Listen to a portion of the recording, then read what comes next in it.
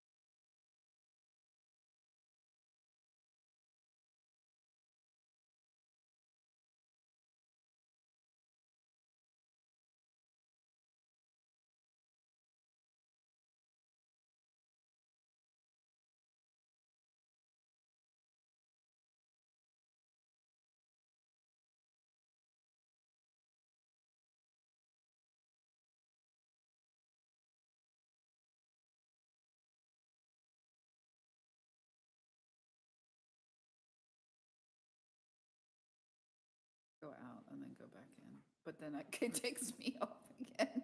That says one viewer. Yeah, I don't know.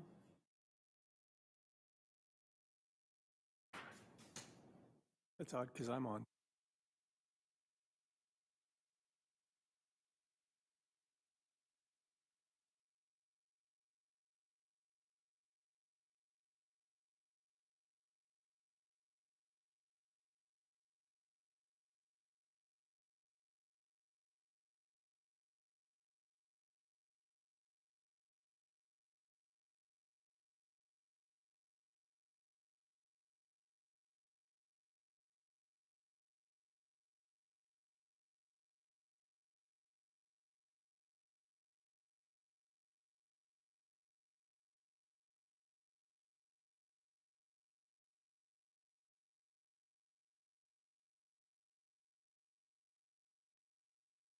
The Pledge of Allegiance. Oh, geez.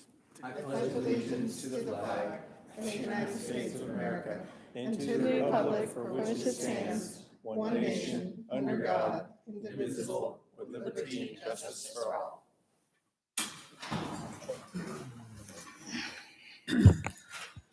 Our first order of business this evening is the consideration of the minutes from the meeting of July 26th. Are there any comments? Do we need to change the agenda, approve the agenda or make any adjustments first?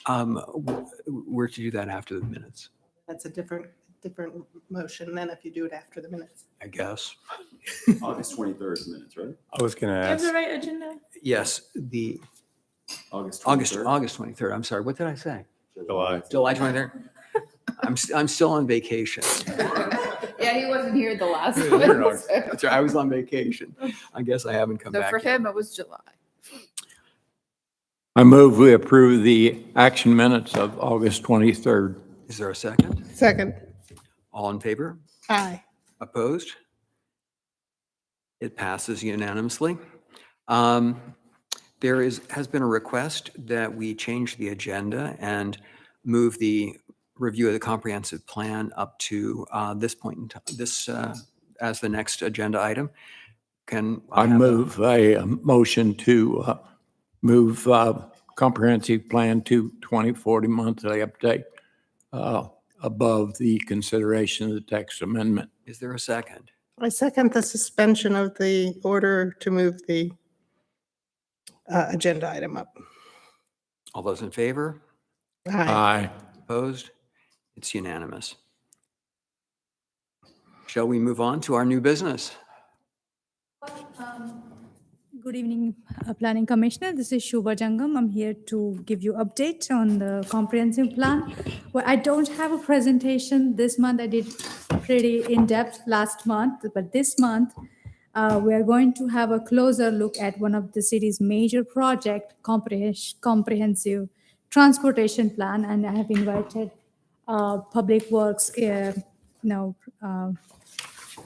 what is it, transportation engineering projects manager, Rob Del Ross, to give you a complete overview of this project.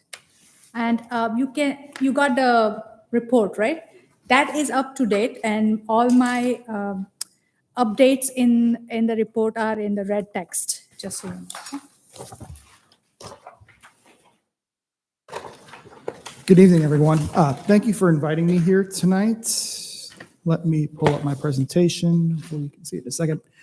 As Shubha mentioned, my name is Rob Del Ross. I'm an engineer, project manager in the Public Works Department. My role with the city primarily is pushing forward the design for our capital program. So sidewalks, trails, turn lanes, roundabouts, anything that the city is investing either capital dollars or T-SPLOST dollars in. Typically, I'm leading the design effort through right-of-way acquisition, and then we're transitioning to our construction team with the contractor to build it. I'm going to take a couple minutes here this evening to brief you on our comprehensive transportation plan update. Here we go. Hopefully you can see that on our screens. I'm going to briefly go through the bullets you see on the left there, describe what a CTP actually is, talk about our schedule, discuss our goals and a little bit of the data collection we've done so far, and then we can get into discussion and you'll have some questions for us, and then I'll show you where we're going from tonight. What is a comprehensive transportation plan? I know all of you are familiar with a comprehensive plan. Comprehensive transportation plan is very similar. It looks at and prioritizes city investments in transportation infrastructure over the next 3 to 5 to sometimes 20 to 30 years. So what has happened since our last CTP update in 2016? Two major plans for the city were adopted and put into action, and those were the 2040 comp plan and the 21 to 25 strategic plan. Those two documents have guided our goals and affect how we are scoring some of the potential projects and are aligning with some of the goals in the strategic plan that you'll see on the next slide. How we do comprehensive transportation plans, tasks 1 through 5 on the screen. We look at previously adopted plans to set our vision, goals, and objectives. We do extensive stakeholder and public involvement, both in person and virtual. We do an inventory of the existing conditions. We then identify what the needs are on top of our existing conditions, and then develop ultimately a prioritization with recommendations, typically tied to a funding constraint. Here's a page out of our strategic plan. You've probably seen this before. Goal number 5 in the strategic plan most closely aligns with the Public Works Department. I'm not going to read every single one of these bullets, but where you see the red arrows, those are items from our strategic plan that very closely affected some of the goal statements that we set up for the CTP update. And before I go into the schedule, I don't have a slide for this, but I'm going to briefly read the 6 plan goals that we have for our CTP update that were aligned with the information you see on the screen. Goal number 1, to reduce congestion along key corridors. Goal number 2, to improve traffic operations at key intersections. Goal number 3, to enhance infrastructure to support multimodal travel, which is primarily bicycles and pedestrians. Goal number 4, to increase safety for all users. Goal number 5, to balance mobility with consideration for community character. And goal number 6, to embrace financial stewardship. Here is a very detailed schedule that I'm not going to describe to you, but I will point out we are approximately, you can see my cursor where the red arrow is on the screen. We're about 2/3 of the way through the plan. We have completed round 1 of our stakeholder outreach, and we are very close in the next couple of weeks for the first time presenting a draft project list that would be funded through T-SPLOS 2 and potentially future year T-SPLOS. It's in preparation right now. So through October, primarily October and November, we'll be having discussions about, given $10 to $20 million, which projects would you like to see funded in the next 5 years? Which projects would you like to see funded in the next 5-year window? And then which projects are a priority for the city, but are a little bit longer term? That draft project list will be shared with mayor and council at a work session on October 9th. Shortly thereafter, we're also going to be doing some stakeholder outreach. You'll have information there at the end of the presentation, as well as a virtual component doing a survey to gain input. Next couple slides are just some pretty maps that we've done to show you data collection that we've done to date. You're all familiar with this. This shouldn't be a surprise. A map on the left showing population density across the city. Map on the right showing an approximation of employment and where the density of jobs are per census block. Next 2 maps. On the engineering side, we talk a lot about functional classification. What is that? It's a ranking of roads all the way from interstates down to gravel roads. So you see a legend on the top left. That is the entire city showing you what's an interstate level, what's a freeway, typically 400, and then what are we designate arterials. down to collectors, and then down to the local neighborhood roads and gravel roads. Map on the right, our active transportation or multimodal network, showing you today where the presence of either sidewalks or trails or gravel roads are across the entire city. This looks like a lot. This may not be something you're completely familiar with, but it is a very important tool in our tool bag. Strava data, both the map on the left with pedestrians and the map on the right for bicycles, actually shows us where the demand is right now based on where people are currently walking or currently biking. So it's a little difficult to see exactly where Milton is. If you see my cursor on the map on the right, right there is the intersection of 372 and Providence. So 372 goes further up north, and that's the Providence loop kind of going around that side, if you can get your bearings for where the city is. So Strava data is super important. It shows us where people are using our sidewalks, our trails.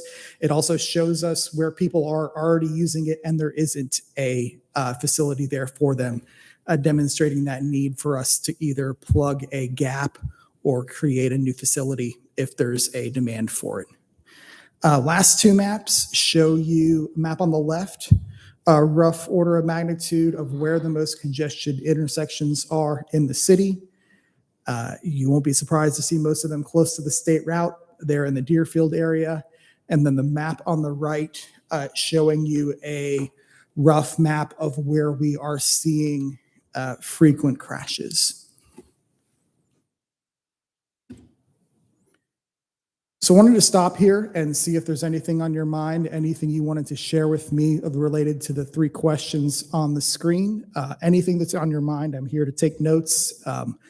Maybe what are the top mobility and safety challenges that you see that you want to make sure the CTP references and includes and tries to fix?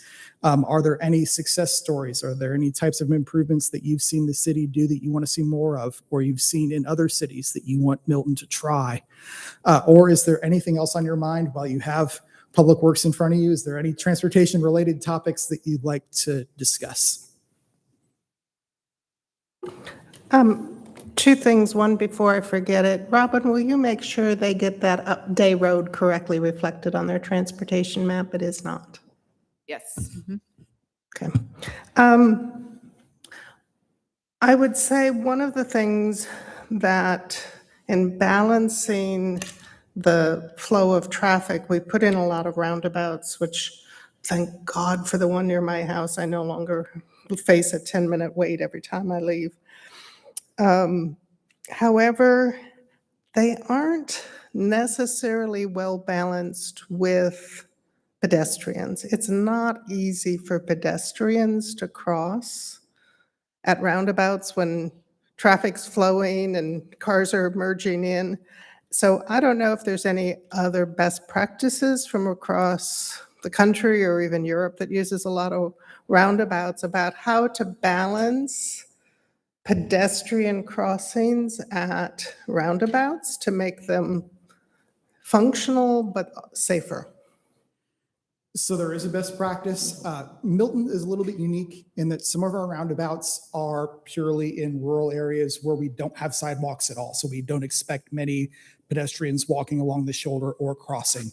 But then you have roundabouts like the one over here at Starbucks and the one at the brewery where we are seeing quite a bit of pedestrian traffic, especially with the schools. So I'm going to show you what we are working on. This is a best practice that you've seen in other areas. It's called a rapid rectangular flashing beacon. Our RFB is the acronym. We engineers love our acronyms. They're a device that we use to further alert drivers that there is someone in the crosswalk currently using it. So it's pedestrian actuated. It's a button you push right here that sets off a strobe light, left, right, to get the driver's attention to know that there's someone in the sidewalk. We've been trying to install those at both of the roundabouts at the end of Heritage Trail. That's where we get the most pedestrian traffic. We're currently in discussion with GDOT to try and fund those. That's a very high priority for us, and we're doing everything we can to get those installed, primarily in the heavy pedestrian areas. This would be the first thing we do. Something else that we're also looking at, we don't have a good example of this yet, but we will soon.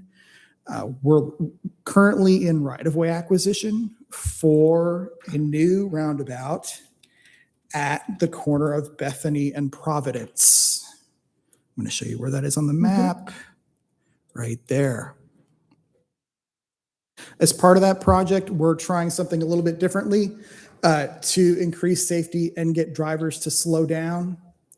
I don't have a picture of exactly what the roundabout's going to look like, but on several of the legs of the approach, instead of doing a traditional painted strict crosswalk across the street, we're going to do a raised crosswalk similar to the crosswalks we have on Heritage.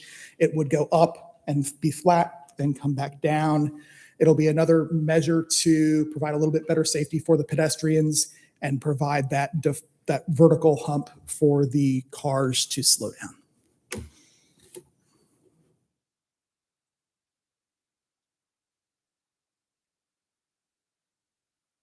What, do you have yet any data as it relates to Bethany and Highway 9 on the no-turn signal? We've received a lot of positive feedback. Everyone I talk to is asking me why we didn't do it sooner. So we haven't gotten a lot of hard data. I've personally done a couple of mornings and afternoons out there just to witness how long the queue is coming back on Bethany to make sure it's not excessively long. It hasn't been. We haven't gotten many resident complaints. We haven't gotten any complaints from police or fire or the state DOT. So we're happy with it. And we're that measure, just to make sure you're aware, that was a short-term measure. Yes. State Route 9, for those of you who have lived in the area for a long time, State Route 9 is going to be widened at some point. The construction we have in Alpharetta, the construction Started we about have in 1972, I think. it's been going on probably for as long as I've been alive.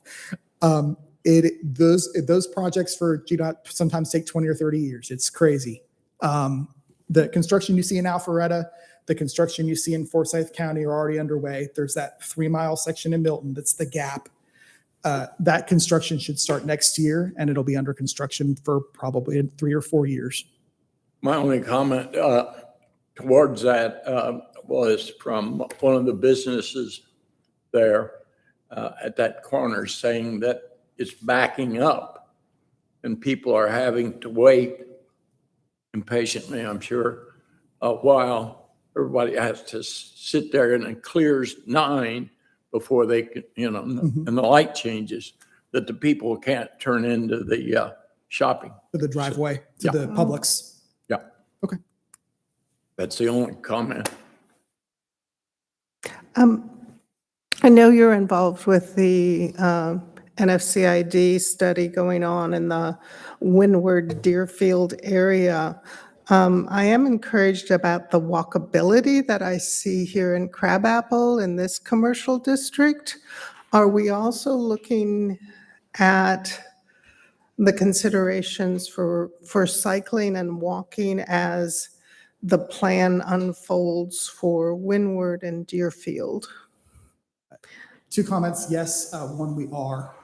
That's not just a network from a vehicular perspective, but looking at where we can connect gaps and provide new bicycle and pedestrian facilities on the Deerfield State Route 9 side of town.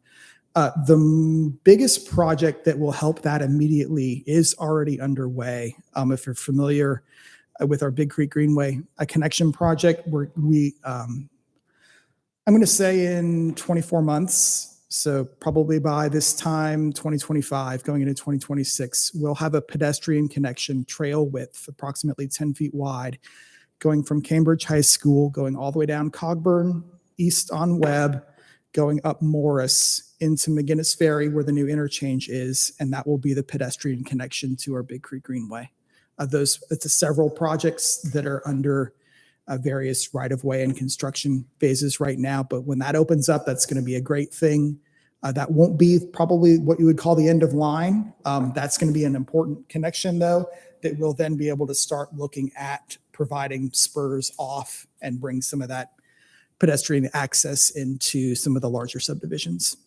Is some of the consideration also given, though, with the increased trend toward live, work, play, and people wanting to be able to live near where they work so they can bike or work, is looking at how, especially with some of the more dense housing in that area, to make the access from the housing to the potential workplace more connected other than just vehicular? That's something that I can speak with Emily's on our project team and Anita as well, as far as the LCI study. From an engineering and from a transportation perspective, I couldn't agree with you more. We should be looking at pedestrian requirements, i.e. Walking on the sidewalk is my way to get to work, not just a recreational idea. That should be something that we take into account and should be an important factor in where we spend infrastructure dollars. I agree.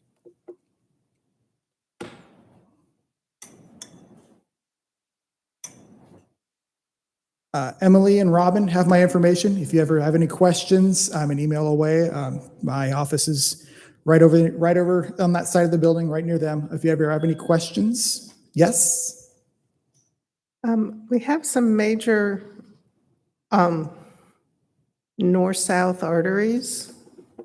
You know, Hopewell's been repaved, Birmingham Highway's been repaved, and then there's Freemanville, which has some.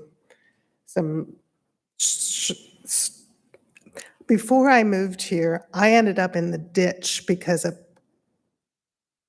fire truck was coming at me and I had nowhere to go but off the road. And Freemanville hasn't even been widened an inch since 2005. So I would just say we need to do something to consider the balancing the safety from there's no place to go if an emergency vehicle is coming toward you or wants to get past you, with not wanting to widen some streets because it would only encourage even faster speed limits. So I recognize that's a trade-off, but something has to be done about Freemanville. I completely agree with you. Freemanville was scheduled to be resurfaced this year, but it was a financial decision to delay it to next year. When we do resurface Freemanville, we'll be doing what we call full depth reclamation, which will, how can I describe this? Reconstruct the road so that it has a better foundation, so that it doesn't fall apart as quickly.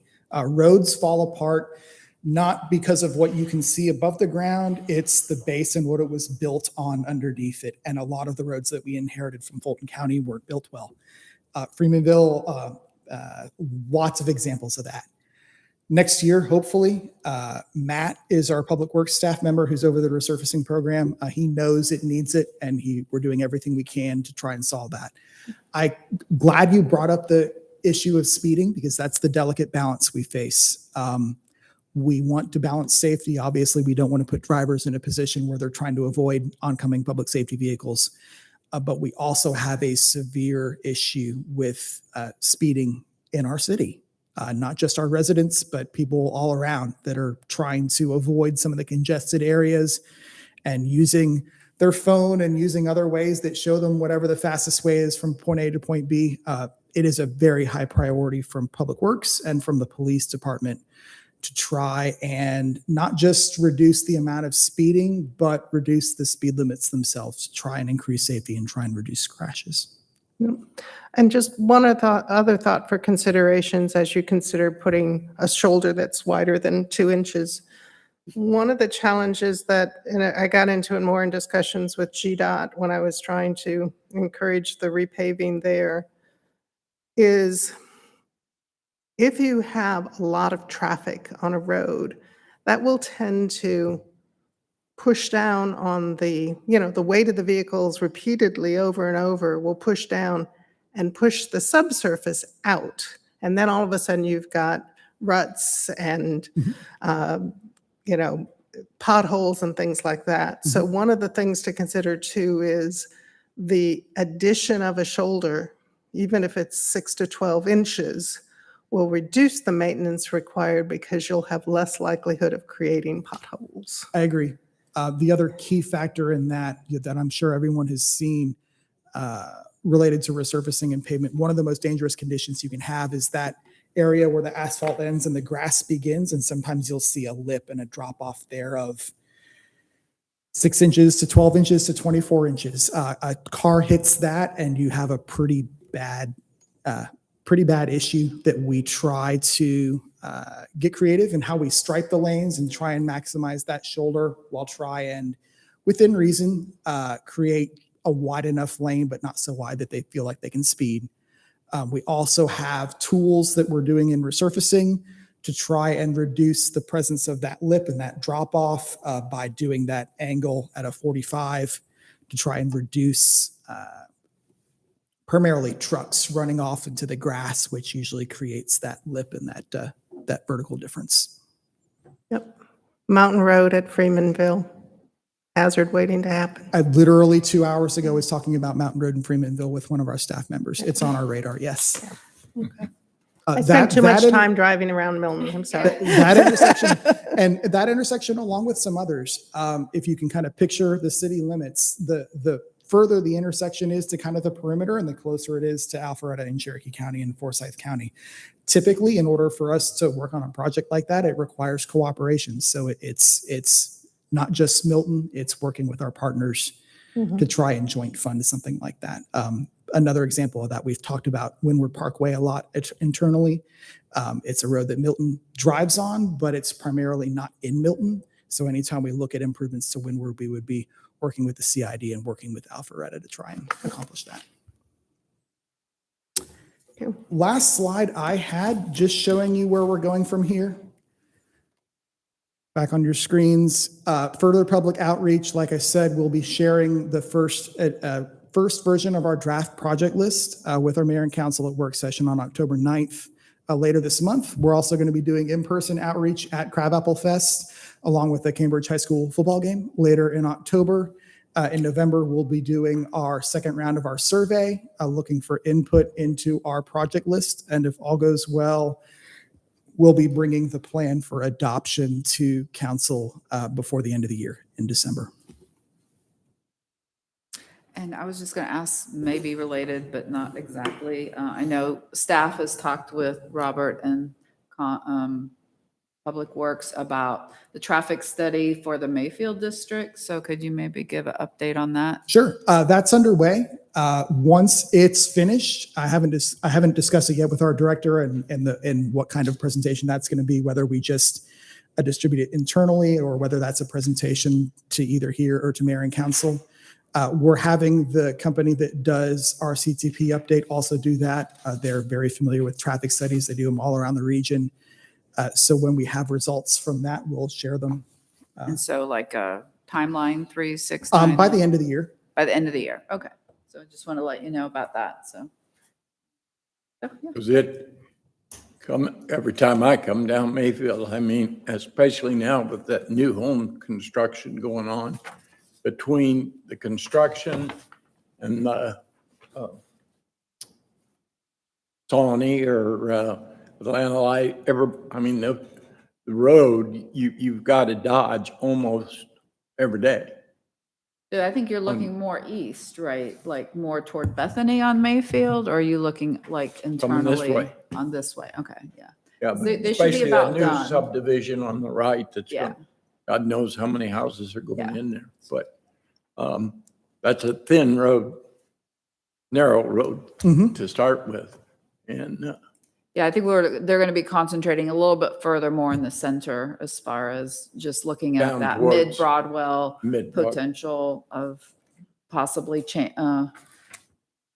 recommending to close it to vehicular traffic. But that's one of the big questions they're going to be looking at. So. Okay. Great. Thank you very much. Thank you.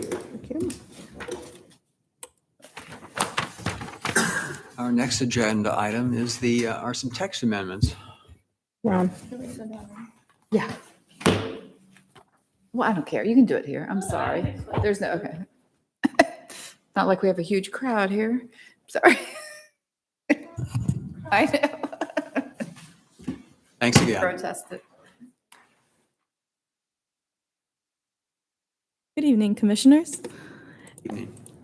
Tonight, we are bringing before you a text amendment to Article 19 of the Crabapple Form-Based Code to amend the District of Mayfield to include the parcel at 840 Mid Broadwell Road to the district.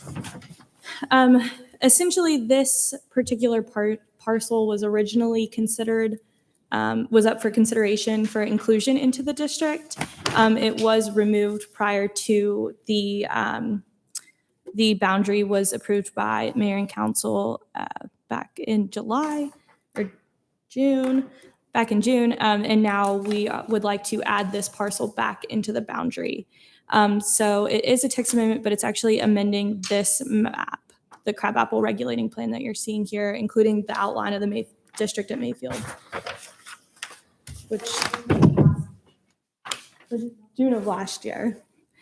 I can zoom in a little bit here. We have that parcel highlighted in yellow for you guys to take a look at. And then I have the new boundary, but it just includes this all in red. Anything else? I think that's pretty much it, So right? Romy? Emily, is the text amendment essentially amending the map? Correct, yeah. Yes, A little confusing, Yeah. but because the map is Adding the part of it. additional parcel in. Do you need to Or- do anything for Any other comment, questions? Yeah. public comment and all that? We don't have any There's public no- here. One here. Okay, so no public comment. Any other questions for staff? Yeah, I had are there presently in that location green space, or are there homes in that area?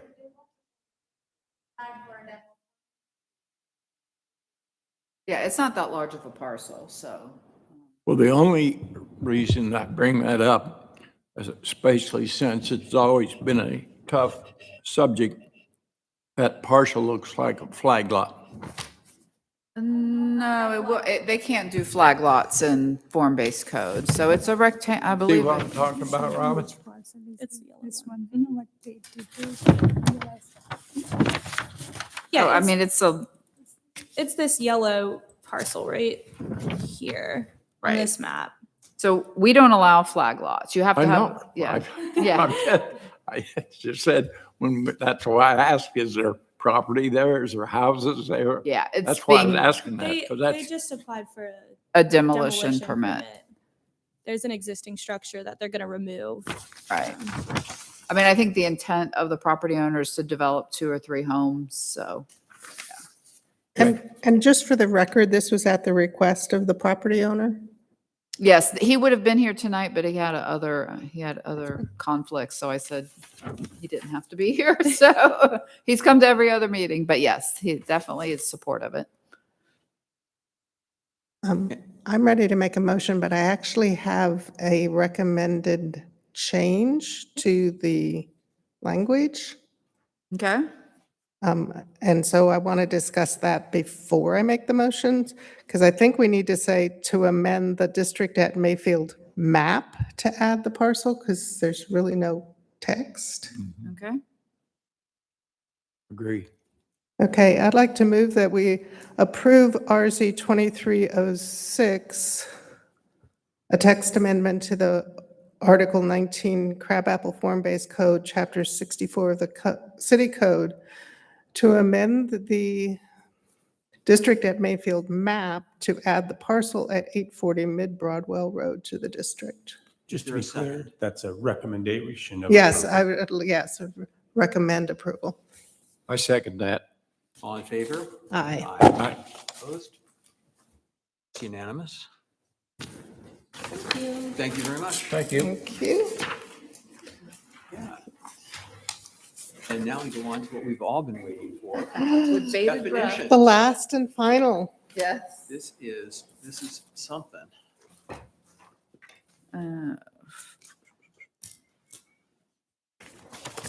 Okay, So Robin, will you guide our flip? I'm sorry. New guide or the flip? Yes, I will. I Yeah. was, I just got something hot off the press from Caleb, answering some questions, and I'm thinking that I want to, Well, maybe make copies of it so it's in front of everybody. It just, yeah, I'll just, there's a couple areas as I was reading through that I wanted to get some consensus before we got into that's it fine. as to, do we want to do it this way or do we want to do it that way? But whatever we do, let's do it consistent, because there's things that I found were inconsistent. One of the minor ones was sometimes it looks like they want to have links back to the sections if they're referring to a section, and other times there weren't a link. My preference would be, since you're talking about that section, let's link it. So if there's a reference back to section 11.4, Right, let's link it. So a lot of them were not linked. A few right. were. And I think we're going to have to do it when Municode does their codification. They will link it. Oh, no, this was back to within the UDC even, it wasn't. I know, but that's what I'm saying is Yeah. that then they will link it across All of it. articles. Yes. So, Yeah. And then there were 2 or 3 sections where, and we had a little bit of discussion on this some time ago when we were in an article far, far away, about the idea that we should not have requirements in the definitions. Yeah. So there are there are at least 2 where, gee, those sound like requirements, not definitions, but I don't know how easily they can be moved back into all the sections where they need to restate the requirements. So I know this is one of the main ones was the equestrian fence, I believe. So that's what Caleb, I sent him that note and I just got a response. So he's moving the requirements of the fencing to Article 2, which speaks to fencing, and then we can just edit the definition just to define what equestrian fence is. Great. So 'cause that's, there's- that is one of them that's being taken care of, and that's one of the comments I'm going to pass out to Yeah, you. and there's one more where I said, those look more like requirements, but Do you when remember we what get to it, I'll topic go it through. was? When we get to it, we'll Okay, find just it. let me know, and then we can figure out a place to put the requirements. So, Robin, do you have access to the Conveo? Any comments on Conveo yeah, as well? I can, yes. So that way we can look at it. We do one-stop shopping here. Is Trey going to do that for us? Do you have your, I didn't bring my laptop tonight. oh, that's fine. I have it. It's not quite as. No, I've got it, so Okay. I can bring it up. Ugh. Now I'm ready. But Emily's not back yet. Pardon? Mhm. I think they made like the original lot could be just an acre, and the others had to be bigger. But interestingly, I have a comment in here on something that is contrary to the flag lot.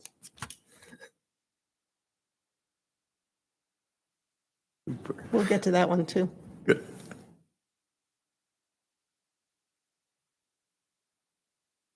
So we're going to wait for the copies with Emily, or should we go We can, through a I'm couple trying to of? get to the, I'm just getting to the Conveo. I don't Comment. have a direct link. I had to go through all the different steps, so. Start with 13. Okay.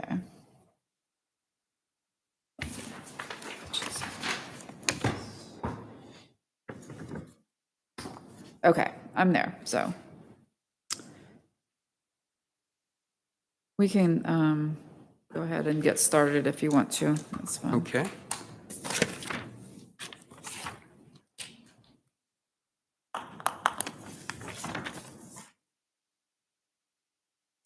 Okay.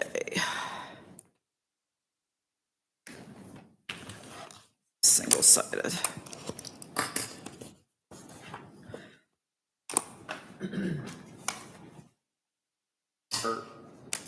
I'm trying. So we have anything on? Yes. Page 2, I did see, Robin, where in the second paragraph, it does talk about that there were certain words related to use, such as, when we talk about what's a dwelling, what's a townhouse, what's a single-family home, that those are defined in Article 8. But can we do a link to Article 8? So we can make Article 8 a link. Yes. Do that for the Article 8. Yep. In the abbreviations, this is not all the abbreviations. There's many, many more. Could we have them do a scan as they're going through and Right. do this, as even like UDC? You know, Not here. not there. There's a lot, there's a lot nobody knows. missing. And I always like to have they're either abbreviations, in most cases they're an acronym, but I think it is always good to have a complete, so that if somebody is going through and it's like, what does that mean? They can find it. I think we tried to spell it out and then put it in parentheses on first use, but if somebody entered in the middle, they may not find it. And I also had caught the spelling of breast. Anything else on 13-2? And that's in So the it- definition there of is a DB. comment, let's see. Yeah, from- no, that, I just picked that up. Yeah, breast has to be fixed under the definition. Under I mean, DBS, yeah. under the DBH Yeah. abbreviation. Yeah, I don't know why it didn't go. Let's see.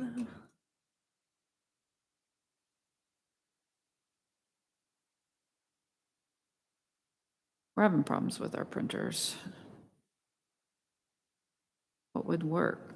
Regular. Condo.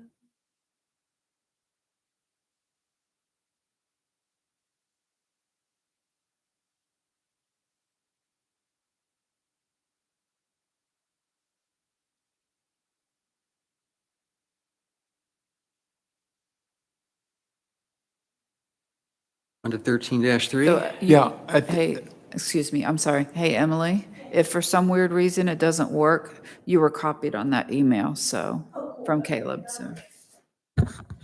At the top of the page, out of nowhere comes a symbol and then a 100-year floodplain.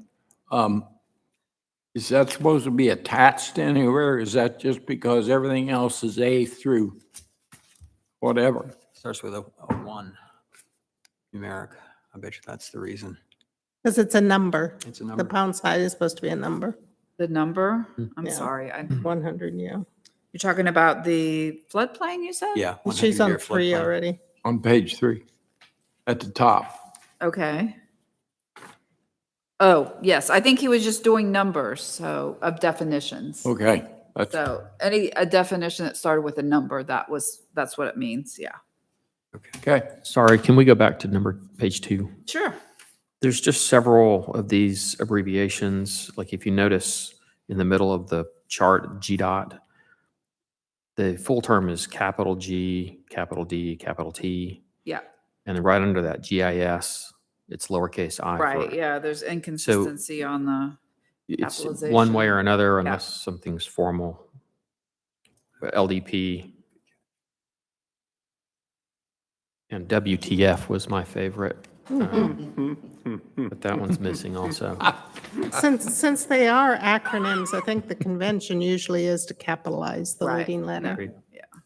But that's That key has- that that has they multiple didn't, meanings, don't though. change that to small, like Missing the they meaning have of everything else. WTF. Good point. Good point.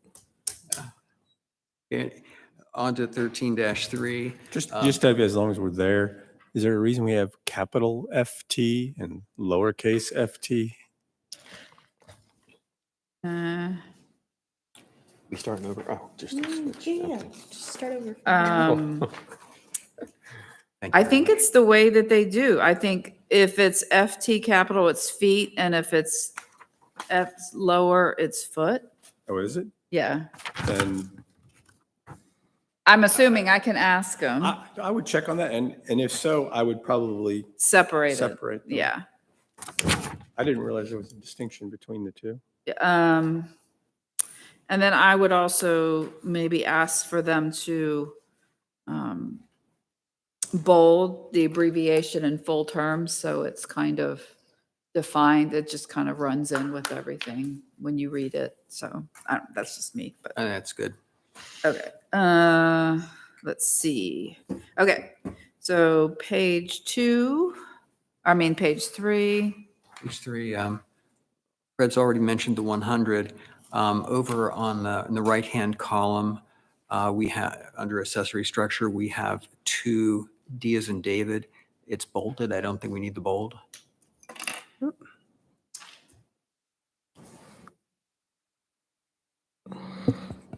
Oh, the D, yeah. I'm sorry, it takes. So under abandonment, I think our convention is if it's 10 or less, it's not the number, it's spelled out 6. And then accessory building refers to an accessory unit, and it's capitalized, but accessory unit is not defined in 13 unless it's defined in 8.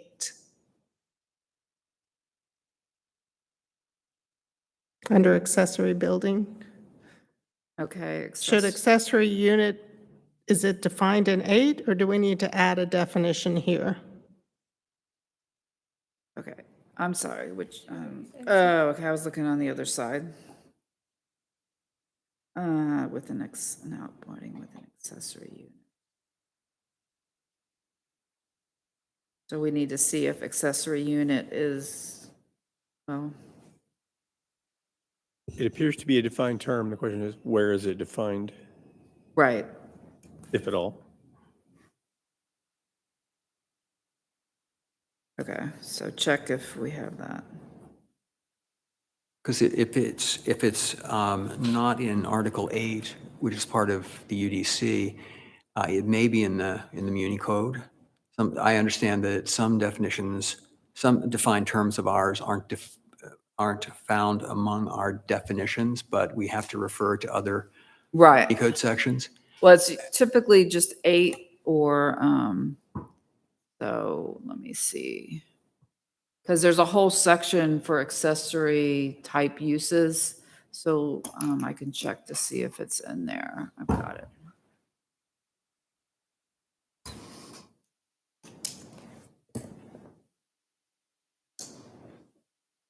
What is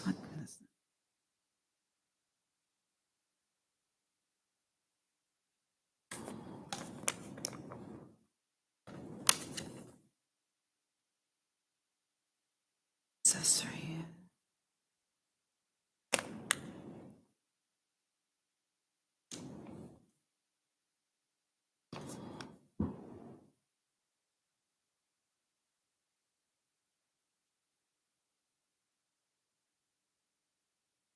There's an accessory dwelling unit.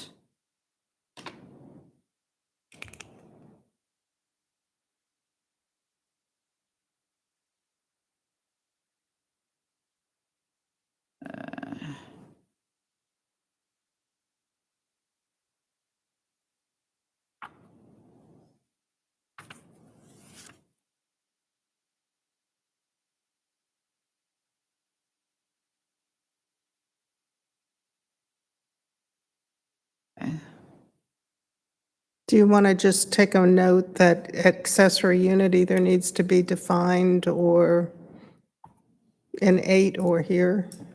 Right. I'll check on, I yeah. noted it. Yeah, we know, yeah. And when you say 8, you mean Article 8?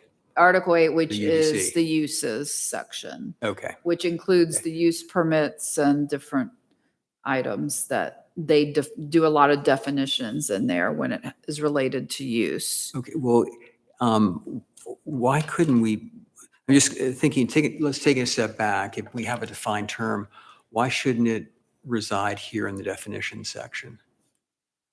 As opposed to having to go to another article of the UDC to find it, wouldn't it be simpler to just have all of our definitions in one place? I think it's one half dozen or another in the sense of many times when we look at a use permit or well, let's say where use permits sit right now, 90% of the time, the definition is not there. The only time I think of it, that the definition is there is for landscape business. When there were edits done 10 years ago, we put, for whatever reason, the definition next to it. So, but if we look at another use, just say rural event facility, it's like, well, what's a rural event facility? So then you have to go to definitions to look for it. So I think that was the thought process, was that the uses would all be together. So whether it requires a use permit or if it's by right, or whether, it's an administrative permit, like a guest house is an administrative permit, a use permit. So, I mean, that's how it's been set up. Okay, I just think it would be simpler. If someone uses a term that they would know, it would be in the definition section, as opposed to someone has to find it elsewhere in the code, in the UDC. I was also told that in some cases, some of our terms here are defined in the code, the Muni code itself, and not part of this document. Is that correct? It should be either, somewhere in the original 64. Right. Or it's in the use section. I mean, yeah. Not like we're taking words, well, I guess like the building official, okay? There's references to the building official. That was one of the questions. We don't have the building section in here, but there's times when the building official is referenced. So we're going to put that in. That's Okay. one of the items. Okay, because I think that this is the UDC. I think the first word is unified. Getting all of our definitions in here, I think, is important to the final product. Right. And so someone having to look elsewhere, I think they should be able to reference them right here in this document. But it raises still another question about where definitions overall should be held, and whether we want to create a separate definition section, or that is not part of, that is where all the definitions in the code and here are contained. I think that's a much larger project, but I think that having to flip around is distracting to the user. And I think at the very least, everything that is referenced and defined for the UDC should be here in the definition section. Okay. I mean, is that everybody Yeah. else's opinion? I'd have to or go thought? back and look at section 8, because I'd hate to be in 8 constantly flipping to 13, which was her point earlier, to say, if the only place you use a term is referring to its use, so a single-family residence is, and that, well, that's not a good one because it's, but if there's something that's only used in that one section, do you define it there and not flip? But if the challenge is if it's then used in another section, you don't want to have people go to 13, not find it, not realize, oh, I'm supposed to go to 8. So I think the key is I'm okay with, because a lot of the definition of a term is its use, and having that in 8. But if that same term is used anywhere else, it should be here in 13. If it's in 1 through 7 or 9 through 12, it needs to be here, because I'm not going to think, oh, I need to look for a definition in 8, not 13. But if the only place it's referenced is 8, I'm okay with saying, I don't It's even have all a good example. self-contained. It's kind all of. self-contained and you don't have to flip, because the definition of the word is its use. Someone could come in and want to find one of those definitions, find out what that word is separate from looking at section 8, and where do they go? And so the first thing they're going to do is go to the definitions. Yeah. So that would be the other thing too, is you put them in 8 and Put 'em in both in places. 13. Put them in both places. Yeah. Mm-hmm. Okay. Well, let me, And then you don't have to, Then you don't have to think about, oh, I used them in another section. I need to add them to 13. I will They're say, already be there. careful putting things in two places, the That's what I same was gonna thing say. I in think two that's what he was places. trying to avoid, because Yeah. then you, If in the worst, in that Case. scenario, I would suggest that one of them saying C, C8.4. definition in, or whatever, Yeah. definition in Article 8 or Chapter 8 or whatever we're calling it. Rather than just the Yeah. article. sentence on So page Yeah, 2. these listing, have the term having the in term in the definition section. definitions and then see such and such. Yeah, if you Yeah. have the term in the definition section and then you say, see Article 8, okay. Yeah. then at least it's here. Yeah. So you know where to Everything find. is here, it starts here, and then you can go to Article 8 for those specific ones. And if there are any changes to that definition, I like that. you don't change it once. Right, well, that's what we're trying to I avoid like that. doubling. Yep. And, So we could add something like apartment here, but it would say C8.x. Yeah, okay. Okay. okay. Anything else on 13? Did- Oh, did- oh, yes. Yeah, I think there's some other items that are, yeah. Did she get the one, Judy, on 6 being, Yeah, spelling it out on abandonment. Yeah. So under accessory facility or structure, for consistency, and the third from the last line in that definition, I think our consistency was including comma, but not limited to. And then there should be another comma after utility or transmission equipment storage, comma, equipment storage sheds or cabinets. Okay. And then, of course, there's no need for the empty space at the end of the page. Right. Okay, I think I have a couple from the, And then I think our discussion about at least putting accessory unit here and saying C8.x answers the online comment. so a general question applies to any area where the reader is referred to another definition. Should there be a standard way to reference this? For example, here it says CB grid with B grid in bold under administrative, it says, so that's, It's an inconsistency when we say see also or cinema. She was just looking for consistency.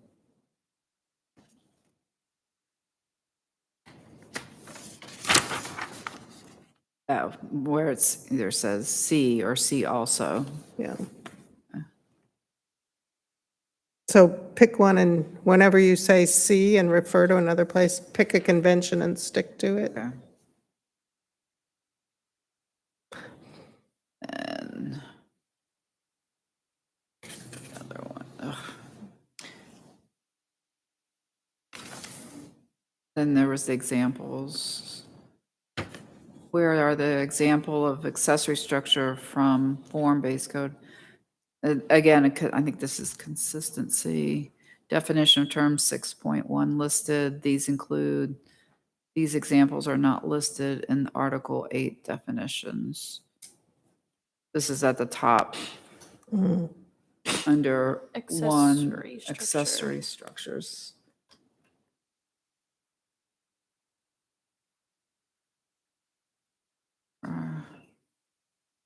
Base code.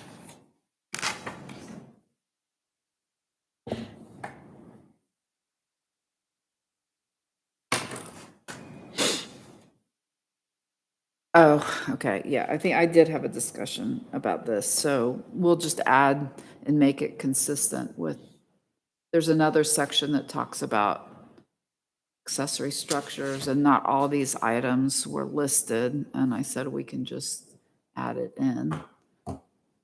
We'll get there to somewhere else, yeah. So this is a consistency with 8 issue that we'll Right, with fix. the listing, yeah. We got the D and then that, okay. We're done with 3. On to 4.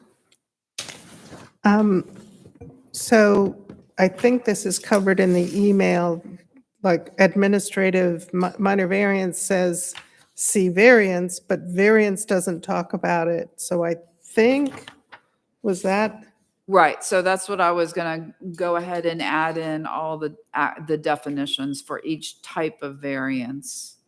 So So- instead of, well, under variance, I can add all those list of items that are in the email. so do we add them under variance or do we actually add them under administrative minor variance? And not say Do you see think? variance? It's one half dozen or another. Let's just keep it the same way that it was, because I think on the old one, it was all under, if you went to variance, then they had all the listings of the definitions of all the different types of variances. So just for clarification, any of those where they say see variance, that definition for administrative minor variance Will be will under, be added under variance. So Correct. you will find it. yes, yes. Just for clarity, is it going to be added as variance, comma, administrative minor, or is it going to be variance and then a whole bunch of stuff underneath? Just See, however it comes in, that's what should be referenced here. right. Yeah, That would be one way to put them all together, is call them variance comma. so I took it, I shift copied exactly the way it was from definitions in chapter 64, so. Okay. And likewise under or variance comma administrative.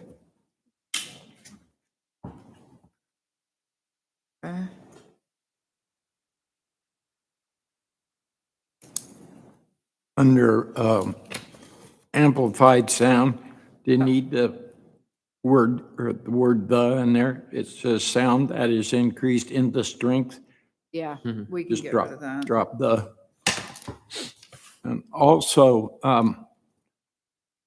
this may be it didn't change. Under antenna, last line says exempt from the city's siding.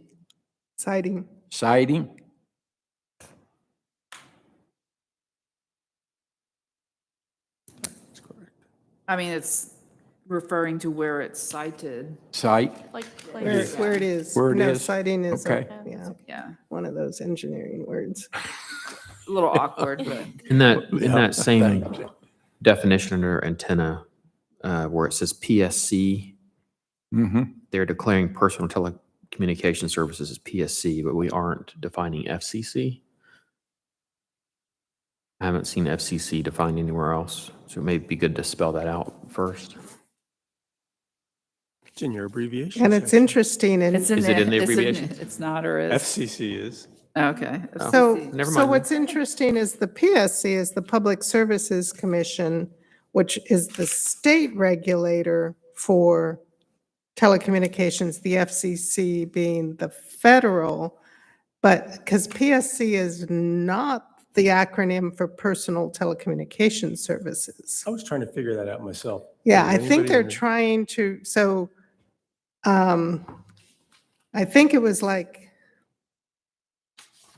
the PSC in telecom world is always the Public Service Commission. Mhm.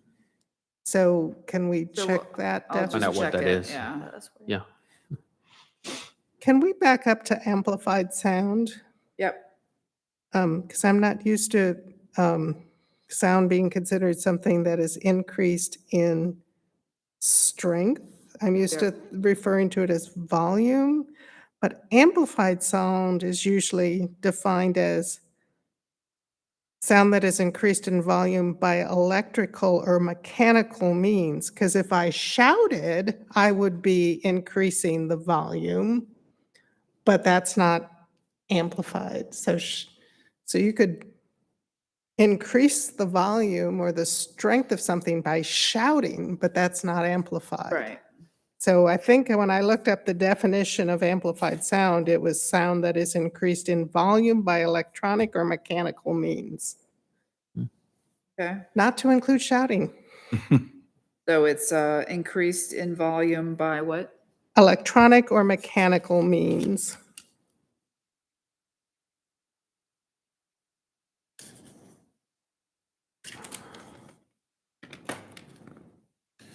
Makes sense. Under appeal, since this was written, doesn't the DRB now have some final decision-making authority and therefore they can be appealed? So should the DRB be added to this list? Can that DRB decision be appealed? It would be under the demolition permit under, Is that appealed directly to, we haven't finalized the DRB section, but is that appealed to Superior Court because it's a final decision, or does it go to the city council? let me look at the ordinance. Because they did get, in the last, I don't know how many years, they did get some final decision-making authority that they didn't hold originally. And I would think that could be able to be appealed. Okay, I'm there. Well, yes, they do. And since it says, since it includes the city council here, then they would at a minimum be Well, equivalent. I don't know if it really says, it doesn't say how.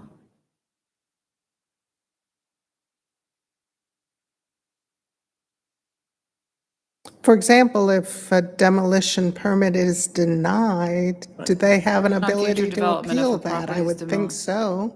And in the section itself, it doesn't say how it can be appealed. It just says that if a building is taken down, then no building or other permits will be issued for construction on the site for a period of 5 years after the date of such demolition or removal, unless we go back to, I would think this would be more in 12 where it's in decision-making authority and the whole it's area on just- appeals.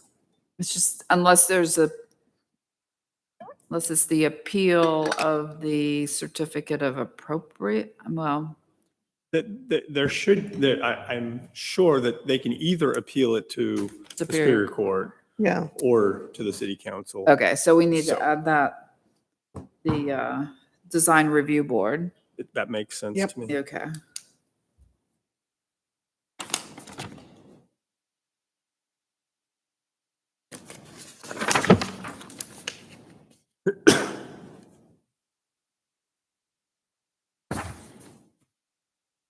Okay.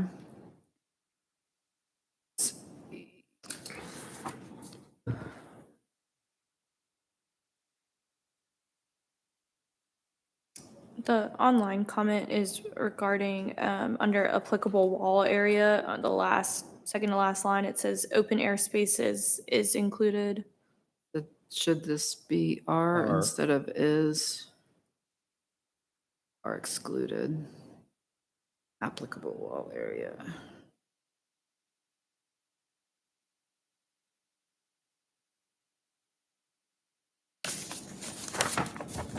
I think that's under applicable wall area. Yeah. Yeah, it took me a minute to find it on my hard copy. Then application for designation, should this be Historic Preservation Commission in both places? Says, with respect to historic preservation, a formal request in writing in a form specified by the Historic Preservation that the Historic Preservation Commission consider a property. She just wants to capitalize. No. What? Oh, capitalize, I'm sorry, yeah.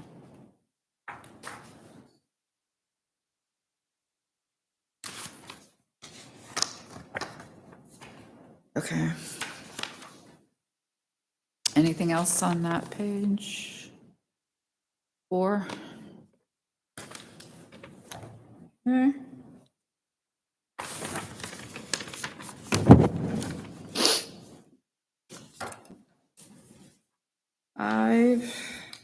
I should have noted it earlier, but the odd number page headers has an old draft date at the top. Yeah, So- okay. And it's a different draft date than the even numbered pages. Yeah. I think we're all working from the same.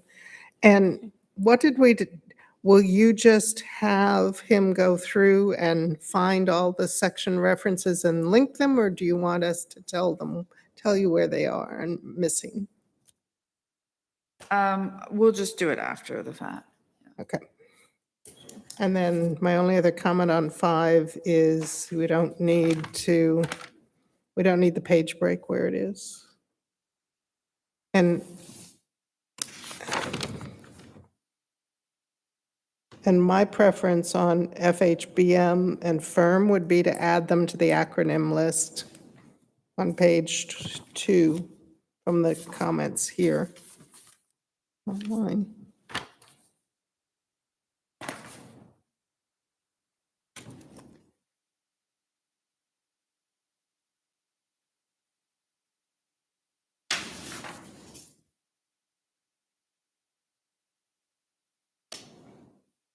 On to page 6. Okay, I've got something under bike paths, first sentence, last word. Paths that separate bicycle riders from vehicles. And we need the S. An S. Back up under base flood is not the flood having a 1%, but a flood having a 1% chance. Sorry, say that again? Under base flood, it says the flood. It probably should say a flood.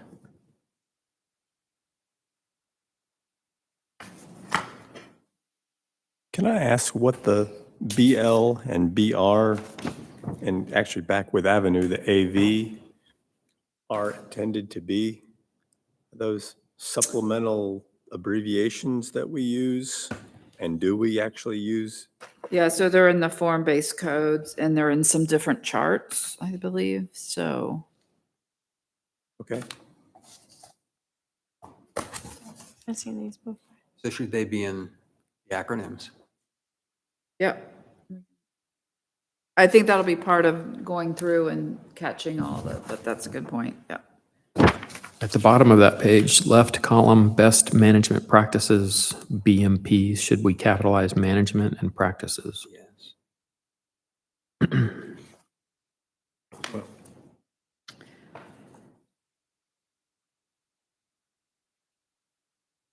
Oh,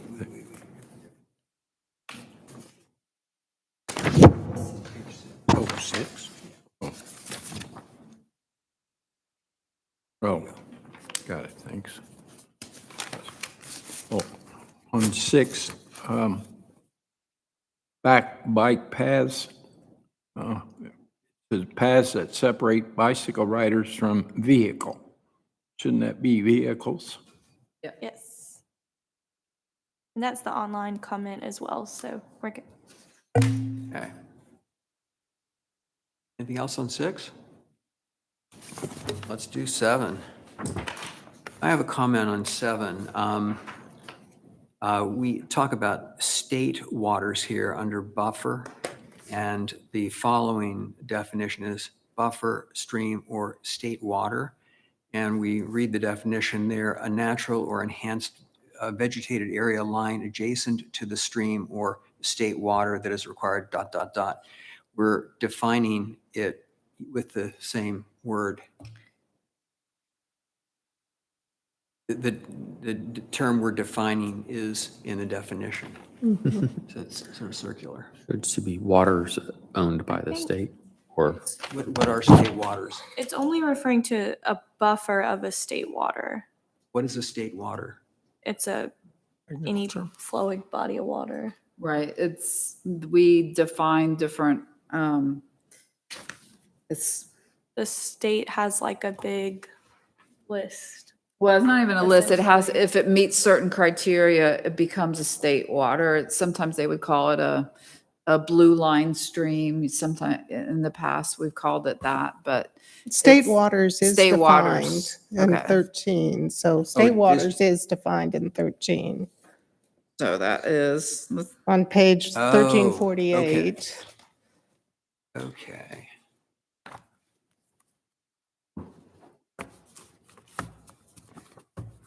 And is stream. Never mind. yeah. Okay. Okay. Okay. under buffer tributary. Is the Chattahoochee River the only river that's possible. I caught that too. We Yeah, also I mean, in I think in Milton, the old, I'll check, but I think we can get rid of that because the Chattahoochee has special, I think it's like 2,000-foot buffer or special regulations. So if we don't have it here, but I'll double check about that. so interestingly, a tributary, so here in Milton, anything kind of southeast of 9 feeds the Chattahoochee. So there's a couple streams over there that feed the Chattahoochee. Everything pretty much west of 9 feeds into Little River, which is part of the Etowah River. Hmm. So there is some description in some of the discussion that, Little River is a tributary to the Etowah River, and that has its things too. So you might want to check. It isn't just the Chattahoochee, it's But also. yeah, but I think that they do not, the Little River has no more, they just have the 75-foot, just like any other state water does or state stream. But I can double check on that. Yeah, check Okay. with Jerry just to make sure see if we need a definition of a tributary buffer, because we also, the Little River is also tributary to the Etowah River, Yeah. which affects more of, Chicken Creek and all of those feed into there. Okay, we'll do that. I was.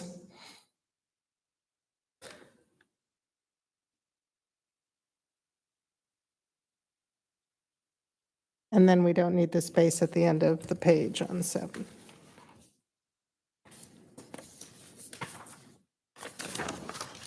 Okay, anything else on 7?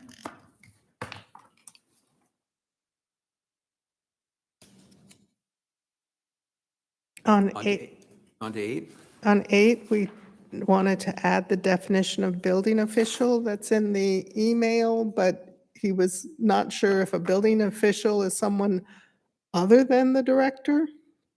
So I went back to the section of buildings to look, see what,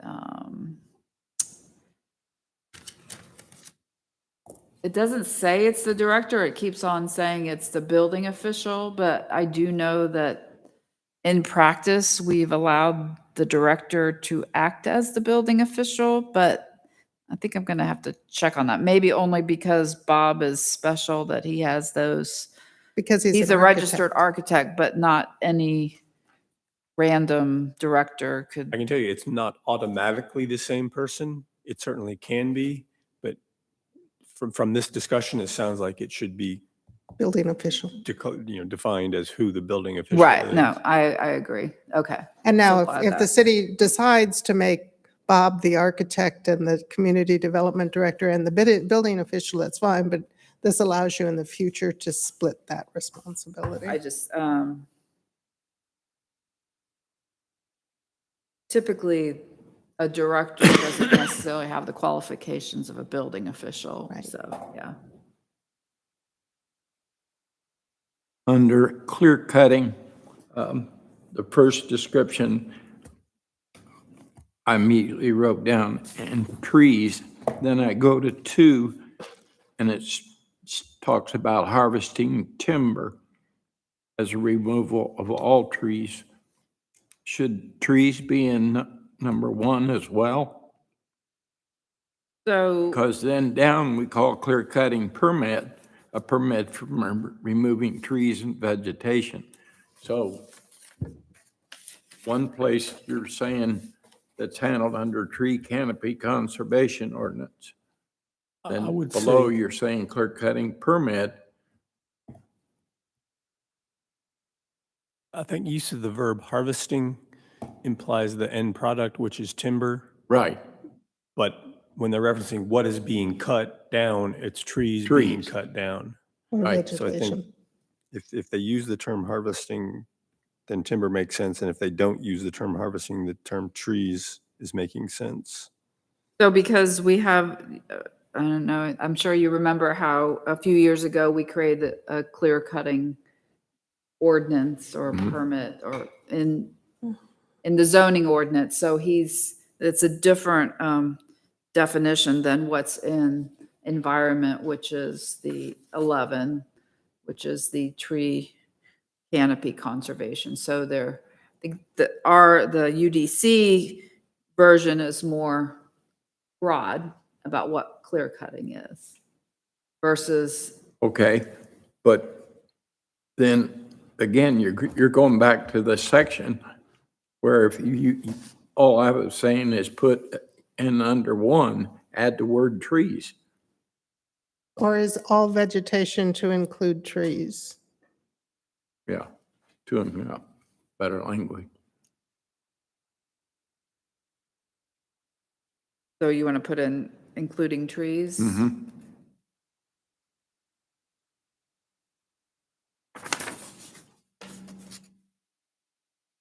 And then I have another comment under 8, when you get that done. What's that? I have another comment on 8. Okay. Back on 8. Yeah, back to 8, yeah. I don't know why car wash is highlighted.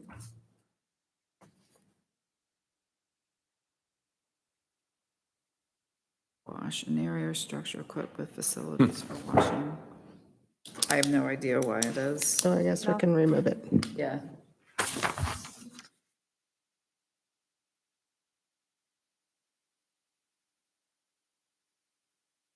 And then on 9, I guess there was an online comment. I think Appendix A is back in the City Code of Ordinances, which Yes. is, and I know it would be wonderful to have a link, but we don't think we can link between documents, correct? So at codification, they can do that. So, yeah, if we could link it there. And then the consistency on the next one is we added city, the wording gets changed a couple ways, but it's usually the city municipal separate storm sewer system, which is abbreviated MS4. I kept looking at, what does MS4 mean? It means municipal separate storm sewer system. So I think we actually here want to say city municipal separate storm sewer system in parentheses MS4. Okay. And then, of course, MS4 needs to go in the acronyms. Took me a while to learn that one.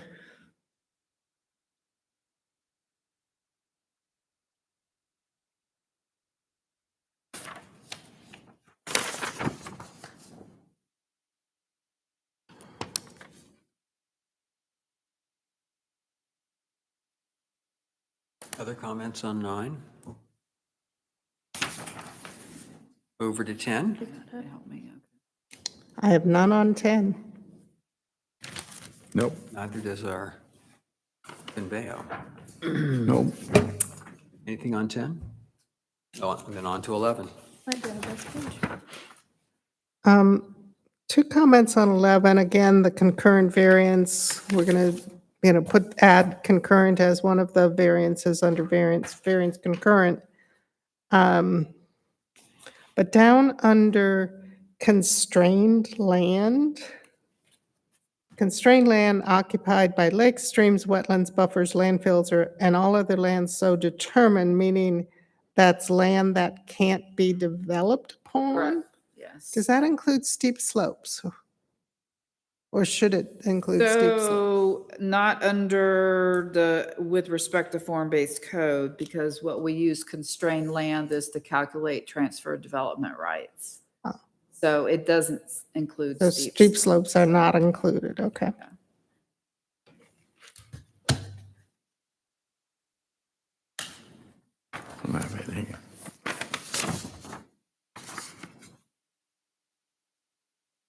So I think the online comment was under construction activity to alphabetize those.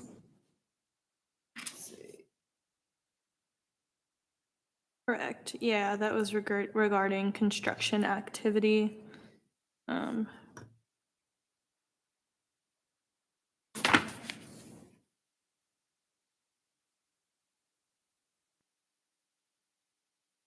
And I've actually given up on capitalization and not capitalize too. because it's all going away We'll get anyway. it sorted out at the end. I've circled it and I quit in about Oh, about the, 10 pages in, I yeah. quit circling. he's taking care of all that. That's good. And then where is the Darn is. R and is? It is going to be under construction machinery, I believe. Yeah, in the Yeah, second line. are used. That are used, yeah.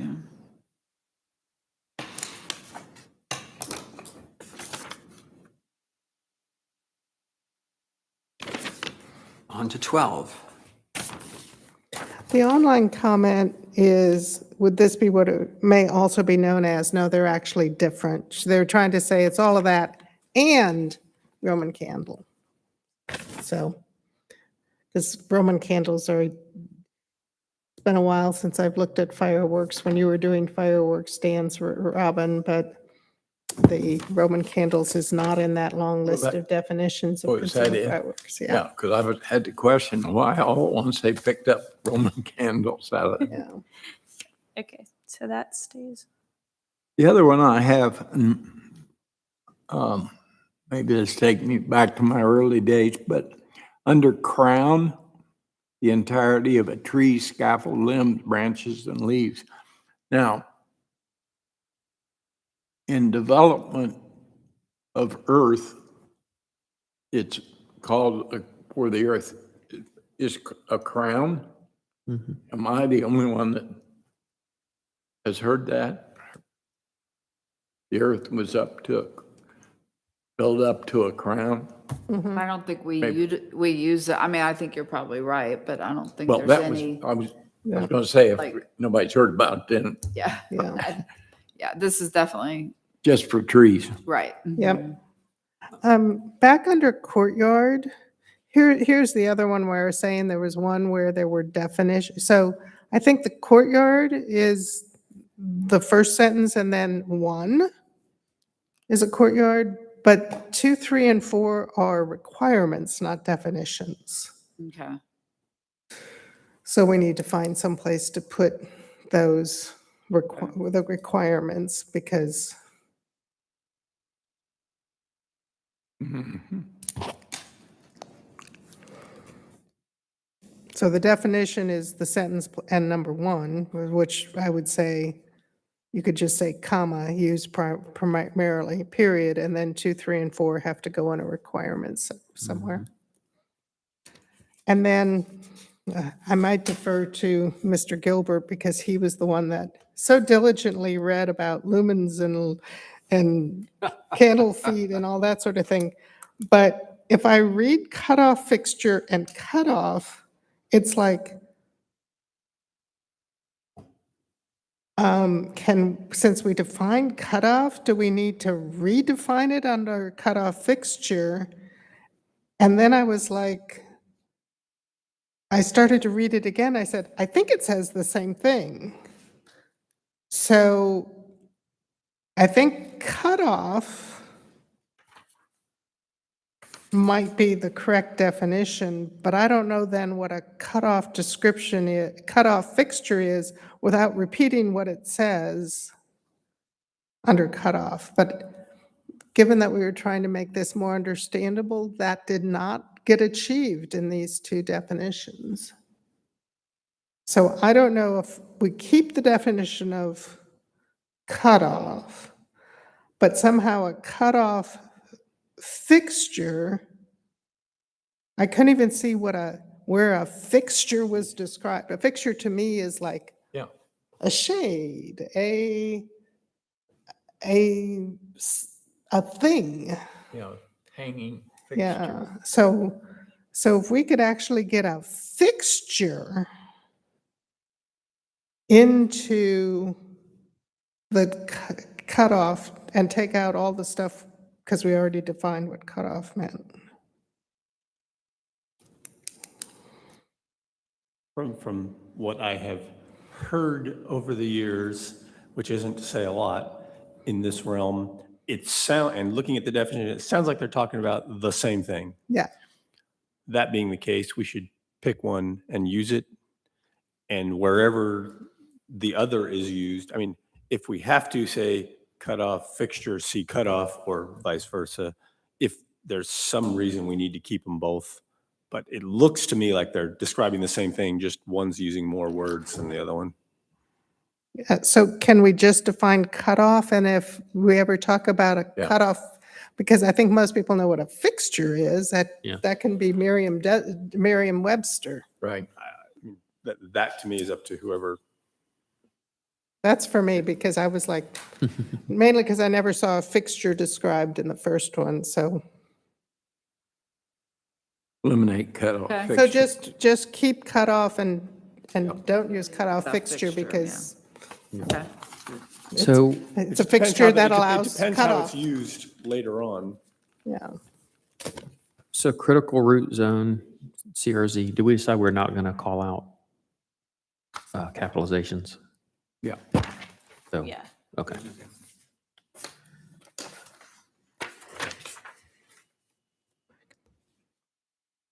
On to 13. Under 13, deck, a structure abutting a dwelling with no roof. Well, if that's the case, we got a lot of decks around with roofs on them. Does that make it a porch? That would be a porch. Mm-hmm. Yeah. Well, no, I don't think No? so. Because if you talk about looking at a home, they don't say, and it's got a 285-foot back or porch. They'll say it has a deck. But I think that, let's see what it says about porch. Porch, a roofed open structure projecting from the exterior wall of a building and having at least 70% of the total area of the vertical planes forming its perimeter unobstructed in any manner except by insect screening between floor and ceiling. So it has a roof, it's a porch. Yeah. We call them in the Midwest, I Fred. know that. I know that. But down here, it's a deck. Okay, well, Okay. Heck with you. In design professional, and I'm going to have some comments on engineering later since I are one, but in this case, engineering should be lowercase. yeah.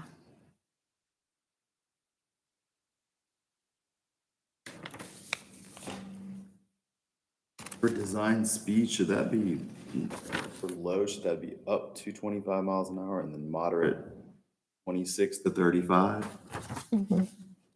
High 35, above 35. Yes. Well, if you said up to 25, you could define moderate as 25, Less than. because 24.9 would be up to 25, but 20, No, I'm saying then change moderate to 26 to 35. oh, and I was going the other way to say up to 25 and then moderate is, so up to means not at, Yeah, it's 24.999, and then moderate is 25 to 35. So which one do you want it to be? Up to. up to 25, Technically, Below? go with less than, less than. or And then because we below, talk less about, than, under, any of those three. yeah, below. Because below more specifically says less than. Okay. Good catch. 14. So on 14, since we have us under development of regional impacts, DRI study, I know we have the Windward study being done by the NFCID. Is that another commission that does regional impact studies? So a development of regional impact is only done when there is a development that meets a certain criteria. Oh, like you're putting in a Or for- huge subdivision Yeah, or so like, something, or yeah, a golf right, course? yeah. Okay, so Like never units mind. of houses, like if it's 500 units of houses, then It's not gonna like need- it's not like an LCI. No, it's not. Okay, It's just No. a small area Yeah. plan. yep, okay.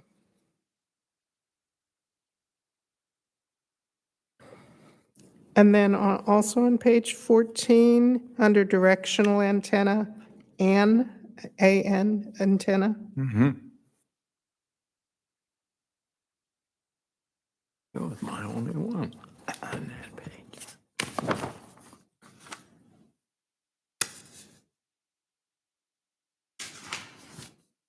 This is just for me, but what is spiritus liquor? Is that a combination of spirits and liquor? Well, this is coming directly from our alcohol ordinance. Chapter 64. Well, Chapter let me 4. just, you know what? I'm just curious what it is. What, Let me check to see if I can't remember if he, let me see what the did Google the says. change in October and this version was done in November. So let me see if this is the updated version or not, so. According to Google, it's after a certain alcohol by volume. You'd call it something else? So it's very, very high. It says more than 21%. I don't know how accurate that is, but But let me just check the, all I care about that it's the same as Article 4, which is alcohol.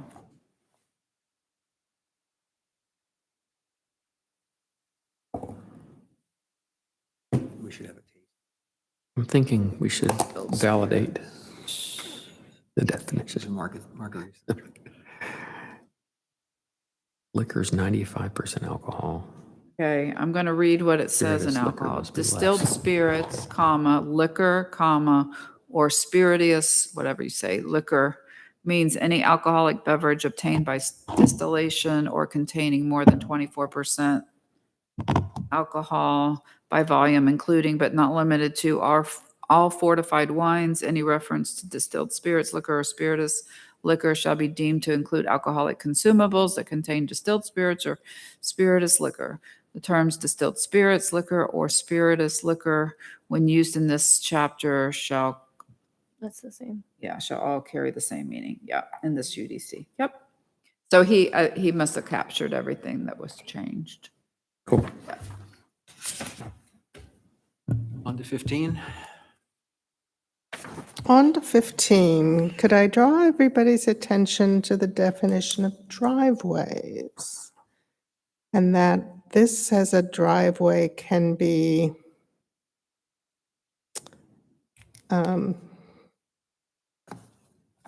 single family or shared if it's for no more than 2 single-family residential units. But if it's 3, if it's more than 2, in the next one, you need to be on 3-acre lots, which kind of is contrary to what just got passed with flag lots. So this definition has to do specifically with our large lot incentive. That's why it says when it's has to be our minimum 3 acres in size. So it was created specifically for that you could stack lots of 3 acres and you have this modified single-family residential access or shared drive or private drive. Correct, but what just got defined with flag lots would allow a shared driveway for 3 stack lots. It's always been that way. Whether we changed it to 1.5 lots or whatever, there's always been a shared driveway between the lots. It's just each lot had to have at least 35 feet of frontage. I agree, it's a shared driveway, but it's not in this context. So this one doesn't have to have 3 times 35. That can just Right, do it can be 135. stacked on, and we okay, so- created this definition so that there can be access for those large lots. That's why it says 3 acres in size minimum. But it doesn't require a wider, because effectively, the flag lot was stacking 3 driveways on top of Correct, each other. yes. Okay, Yeah. So this one says you can have truly one driveway with 35 feet of frontage. Not that, with no frontage. With no frontage. You could okay. stack 3 rectangles and only the bottom lot would have frontage on a street. And, okay, well, how do you get there? You have a shared modified, or the driveway. A single driveway, A not single three. driveway, yes. Not three next to each other. Okay. Yeah, correct. Moving on to drug crimes. Okay. I believe the convention for OCGA that we've used throughout is that little crazy little Okay. section mark, 16-13-2.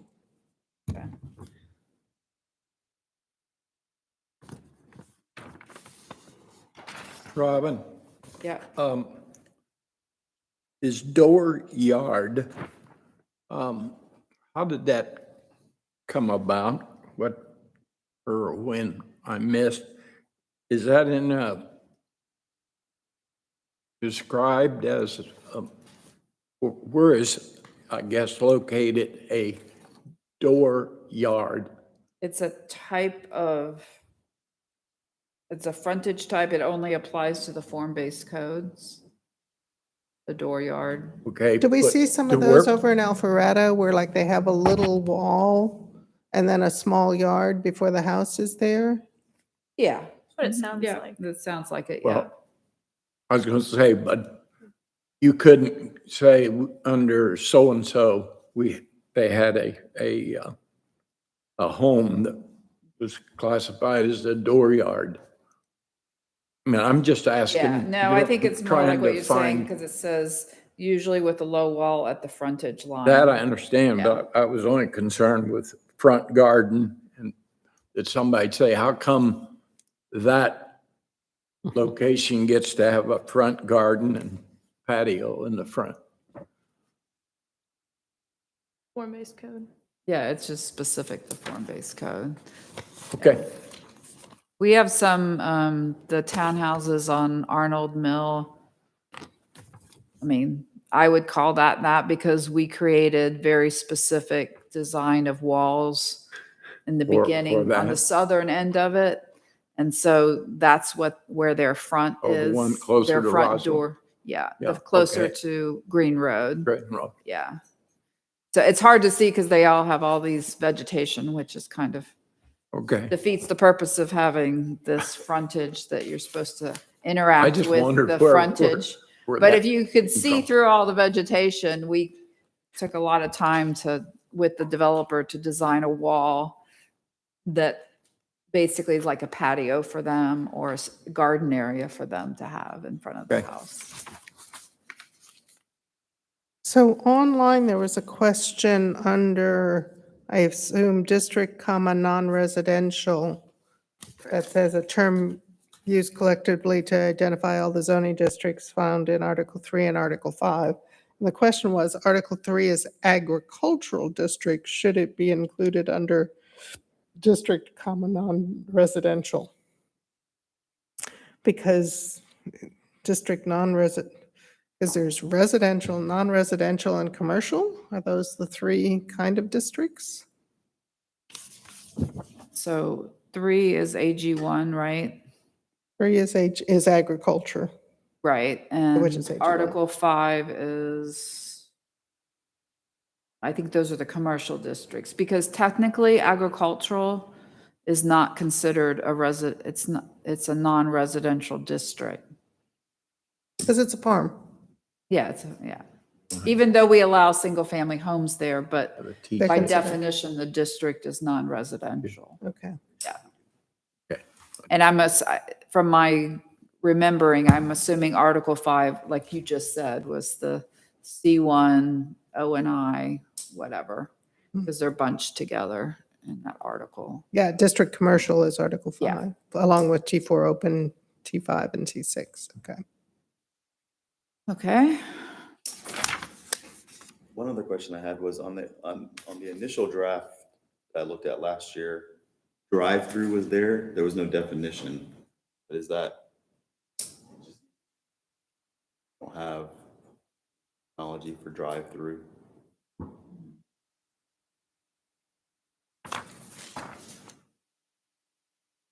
Unless it's in the use, it might be an accessory use in chapter 8. Check on that. We'll check on that.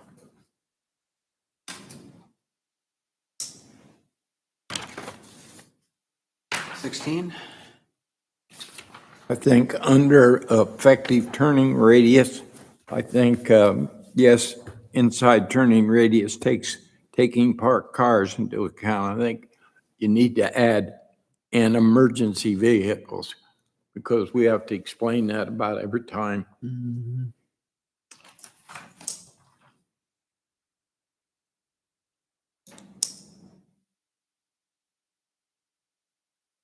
Emergency vehicles? I'm sorry, I don't understand. Yeah, in other words, for the turning radius has to take into account parked cars, but also emergency vehicles, because that's where we usually have the discussion on a, So in one case, you have to have, gee, it's not as big as you think because cars will park along the curb, but it has to be also then with the parked cars big enough for an emergency Emergency. vehicle to turn. Right. So you have to consider both the vehicle that's turning and the shrinkage of the radius because there's cars parked there. It's two things to consider. right. So it's taking parked cars and the needs of emergency vehicles? Or just emergency vehicles? Or semis for that matter, if you think Well, about it. yeah, right. Yeah. I'm wondering if that comes into account in the description of the regulation is the effective turning radius must, I mean, it's not really the effective turning radius, it's like just the effective turning radius must be sufficient to allow emergency vehicles and Park cars. parked Yeah, cars. No, parked no, cars. the effective turning radius must allow the emergency vehicles to complete the turn. Yeah. So the effective, you're saying effective turning radius accounts for the parked cars because of the definition.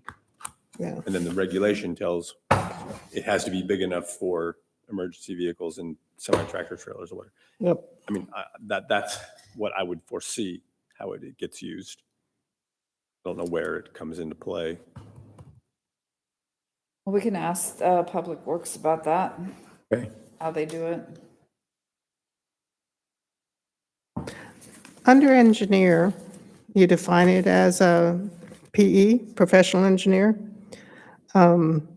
However, in another section, you refer to an engineer that's not a PE. So is an engineer a PE or not a PE?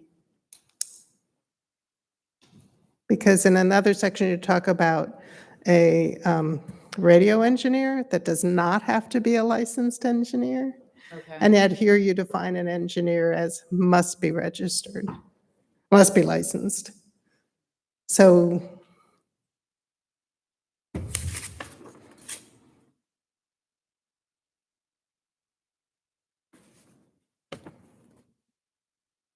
So maybe we have to define what the sound, was you said it was the sound it engineer? was a radio. Radio. Radio. Something to do with it.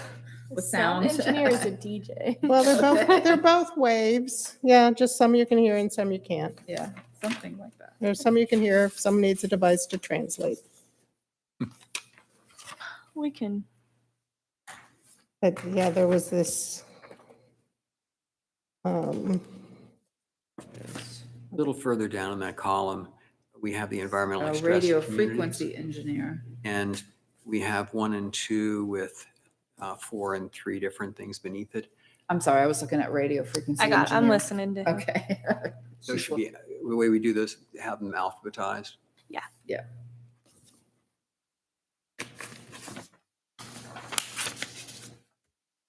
Oh, and by the way, congratulations, everyone. We're more than 25% of the way through. Okay, that's good. We're making progress. If anyone's Okay. wondering. I'm going back to the radio frequency engineer. Blah, blah, blah, or a professional engineer licensed and experienced in the telecommunications field. I mean, I think this takes care of radio frequency engineer, and then there's a regular Yeah. engineer. Should we call it, and in other words, we really shouldn't refer to it as a radio frequency engineer, since engineers are time. We should refer to it as a radio frequency expert, Okay. because you defined an engineer to be licensed.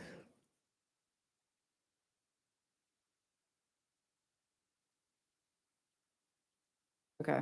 Well, we can, Then I think we're okay that an engineer in our code means a licensed professional engineer. do you have anything else? The online comment is under elevation, where it says respect to form-based codes and she wants it to say, have a comma. And then A should not be capitalized. Yeah, that's,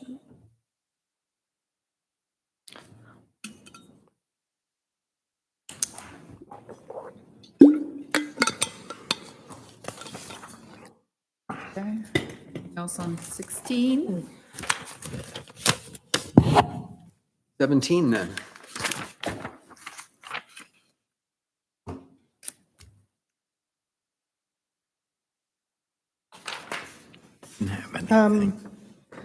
Under establishment, no, under erosion, sedimentation, I believe, again, the convention on OCGA would be not chapter 12-7, but the section thing 12-7. I guess if we do that, it would be 12-7-1 at sec, Yeah. seq period. Sec, yeah, that's because it's really supposed to be the whole 12-7. Under establishment period, for a newly planted tree, the time from planting on site until the beginning of the fourth growing season Yeah. is, yeah. We'll move the on-site up.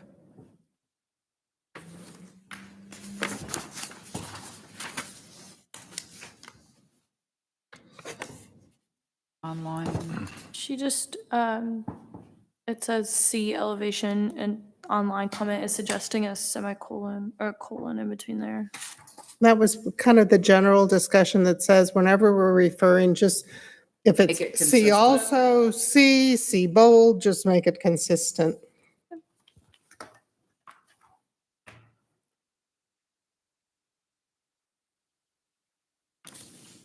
Under the start at the bottom of family, and this is a question, I'm not sure. On this, then on 18, authorized custodial relationship or up to 4 unrelated persons. Why do I seem to think that was 3 somewhere? No, it's always been. It is always 4, okay.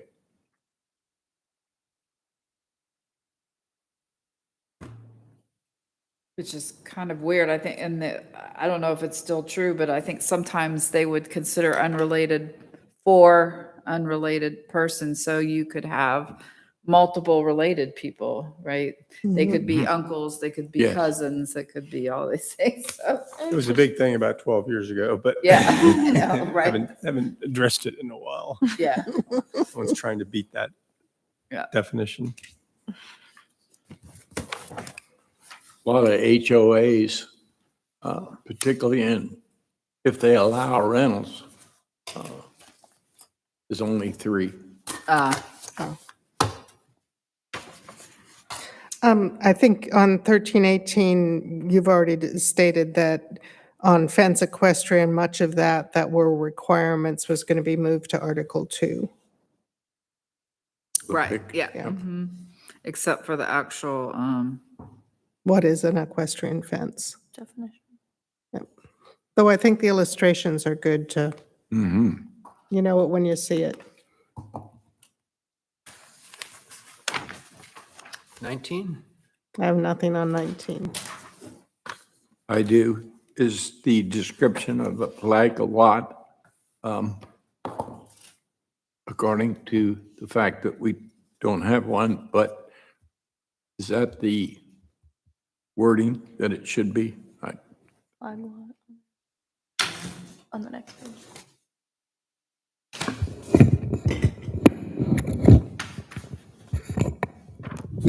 I just want to know. Yeah, let's see.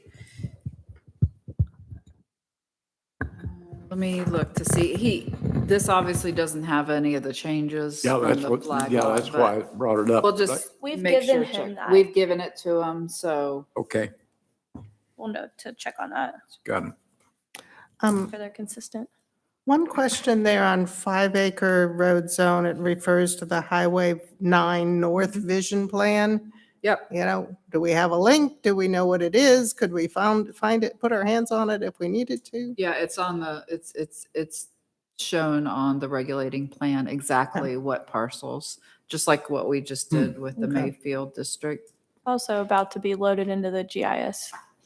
It's what? It'll be on the online map, the GIS. I'm going to put it in there. Oh, okay. Oh, I, On to 20?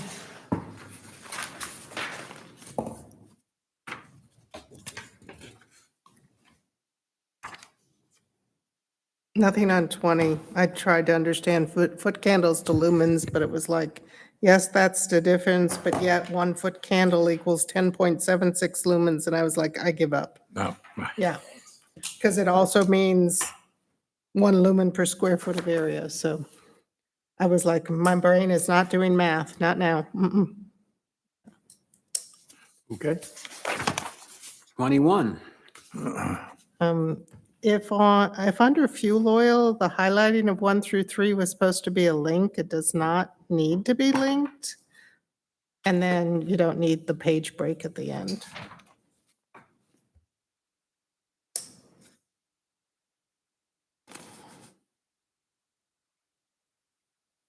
Anything else on 21? On to 22.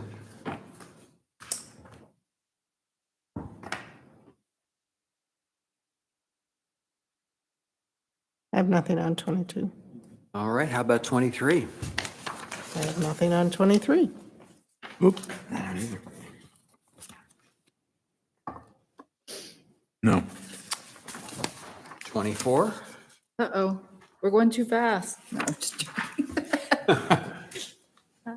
You said Giving you 34? whiplash, huh? Just the speed with which we're going through The this. forbidden words. So And then it'll just slow down.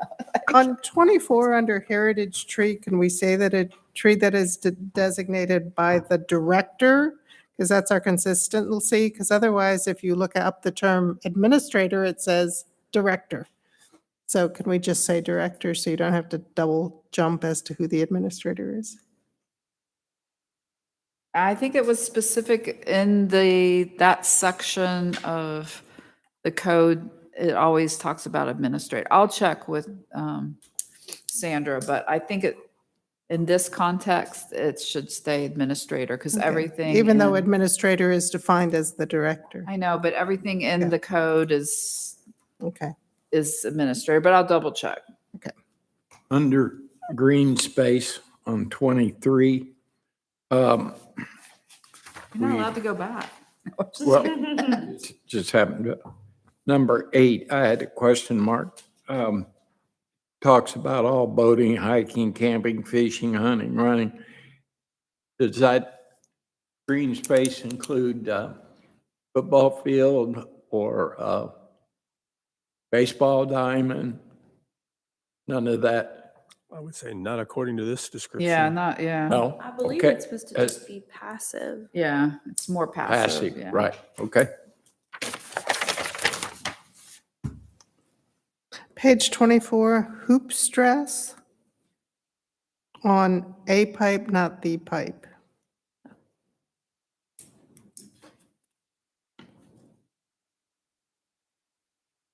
Raise a 25. question about the second sentence of historic. Okay. I can see where it could be incorporated into a definition if it were just worded as part of the definition. And then the word location in that start of that list, I don't think it needs to be capitalized.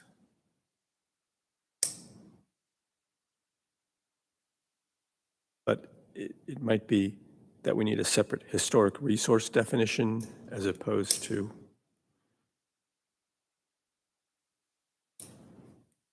I'm not sure what.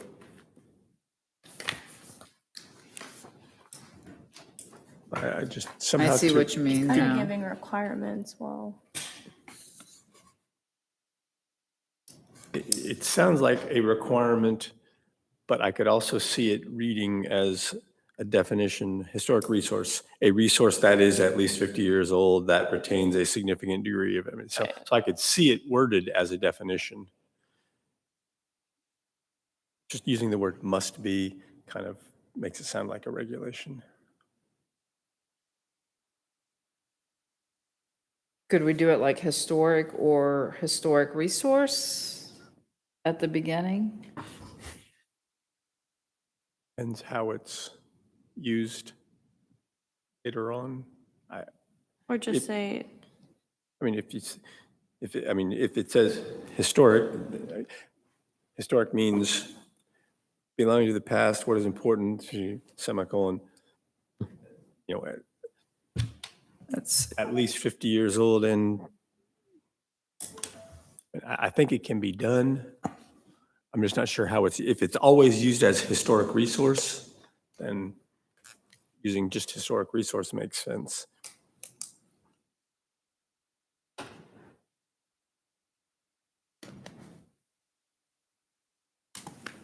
I mean, that's what was in the original. That was the definition that came out of the HPC section directly. So, And we've got historic district, historic period lighting, historic property, historic structure. Can we just say historic resources as separate? yeah, let's see.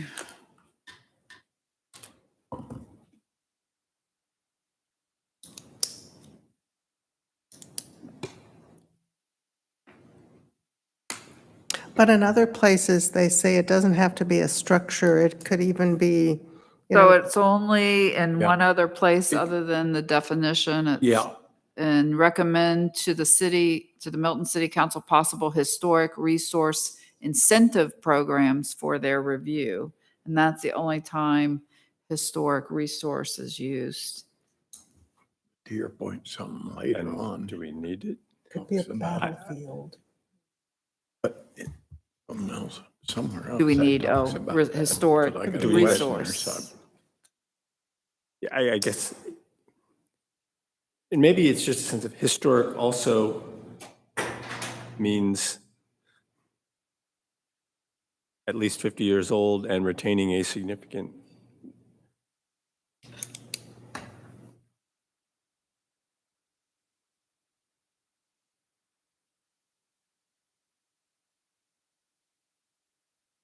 Oh, like just I get guess rid it- of historic So like, it's like, resource. okay, let's say, okay, historic, belonging to the past, semicolon, of what is important or culturally significant in the past, semicolon, at least 50 years old and retaining a significant degree. Right, no, I agree. Right, because there's no, I mean, the only time it's historic resource is used in the ordinance, it refers to some, I have a feeling they don't mean a definition of a historic resource is like the definition term historic resource. They're probably saying a historic resource is something. So it's really just more continuation of the definition of historic. So Okay. that's just kind of semicolon, at least 50 years old Yeah. and retaining. yeah, okay.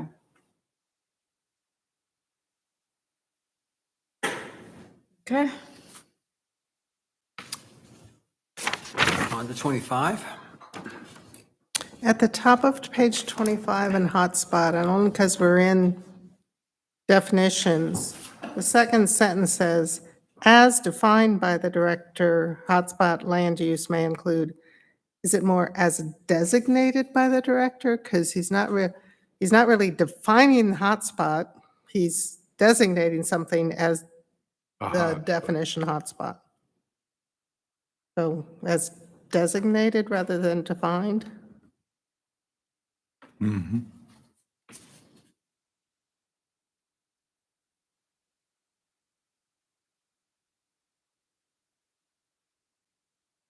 Because he's not No. yeah.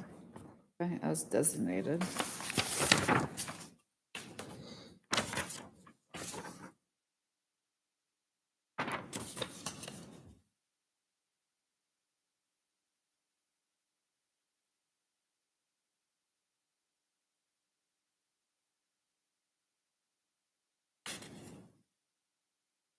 '26.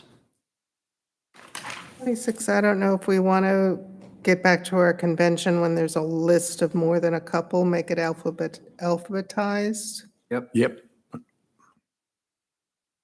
Come on. Yep.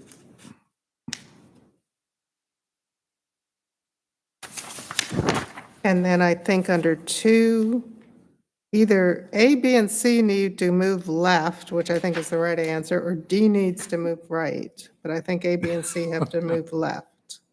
I go with left too. Yeah. Left. And be alphabet, yeah. Which will be in line with the one above. That's right. Yep. And then also on that page is where we're going to add what an infill regulating plan was that I think is on the email that we have. Yep.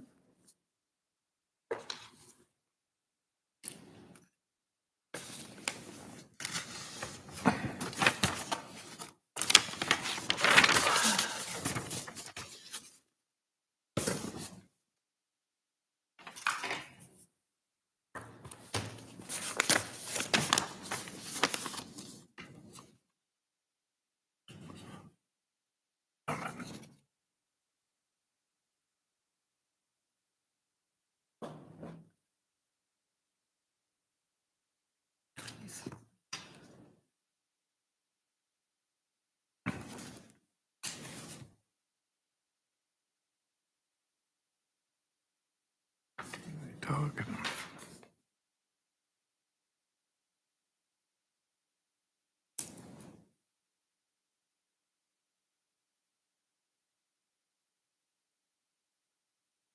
Well, there was a,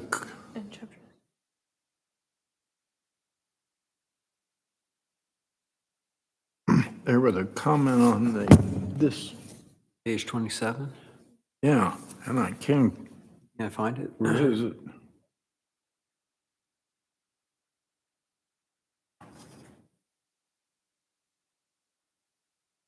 Oh, kiosk definition, Consistent, yeah. Well, we'll check on which one it should be, yeah. okay? Okay. We'll check, yeah. Anything else on 27?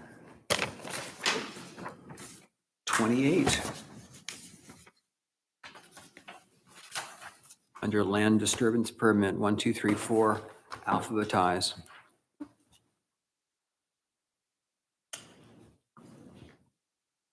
There was a comment that, do we need a D if we need this? Do we need a the? That's referring to, under landscape strip, number 1, the second line. Required by this UDC. Yeah.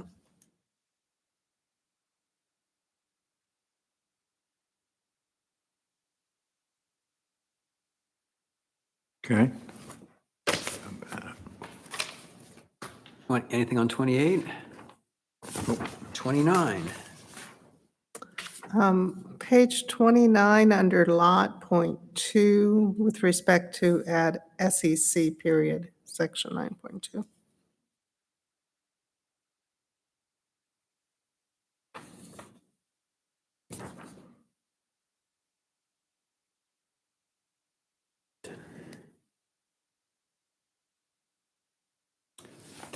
Page 30. I have nothing on 30.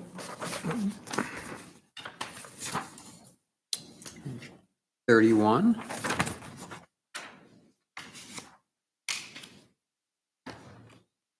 I don't know if under maintenance normal, you want to alphabetize that list of 5? Yep. And then at the very top on 331, usually it says including but not limited to the following. Are we missing the word not on that second line on 31? Which carries over from low-power telecommunications facilities? I think we are. Yeah, but not. Yeah. It doesn't make sense without not. Good catch. And then I don't know if you want to alphabetize those. Both. Be consistent.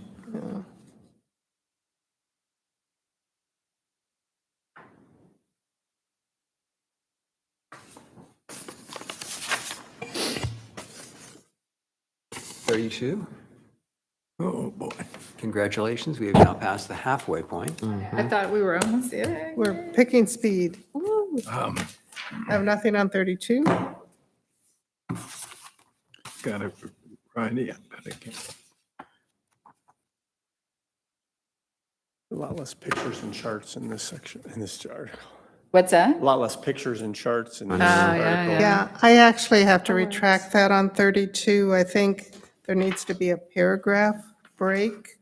Under massing, all of a sudden we have material change in appearance. I think that's supposed to Oh, yeah. be a new thing. Fred. Had to do with the historic.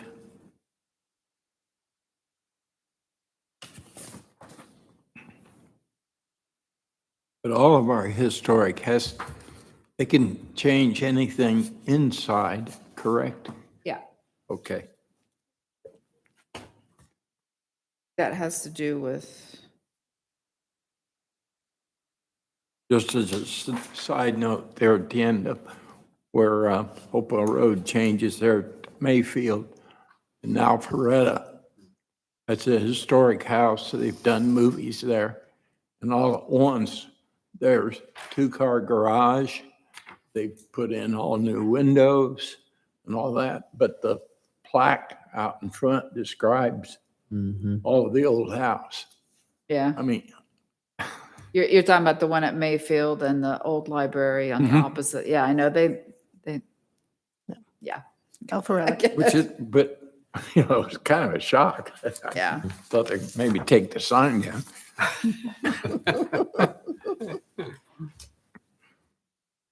What page?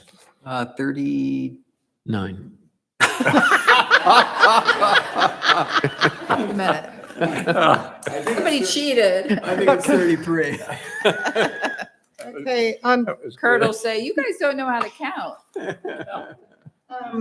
On 33, mechanical noise, we talk about long maintenance or garage machinery. Do we also consider generators there?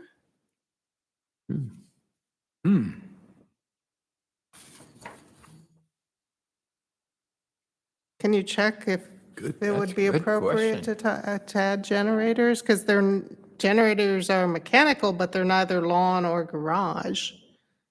But before I say that, can I start my generator and make sure it's working properly before you put an ordinance? You've got a few months. You haven't, but it would run right.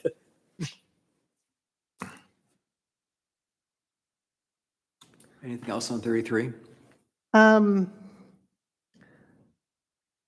So under mixed use, we refer to mixed use only for Article 7B, but we now have mixed use at the Birmingham Crossroads. So do we need, is it more than just 7B?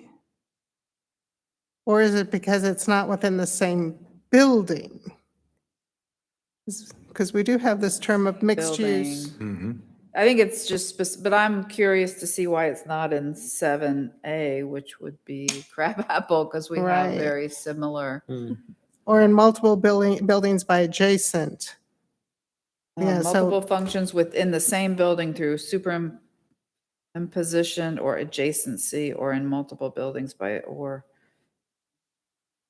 And I think it's more have to do with form-based code versus mixed use is a zoning district. MIX, mixed use.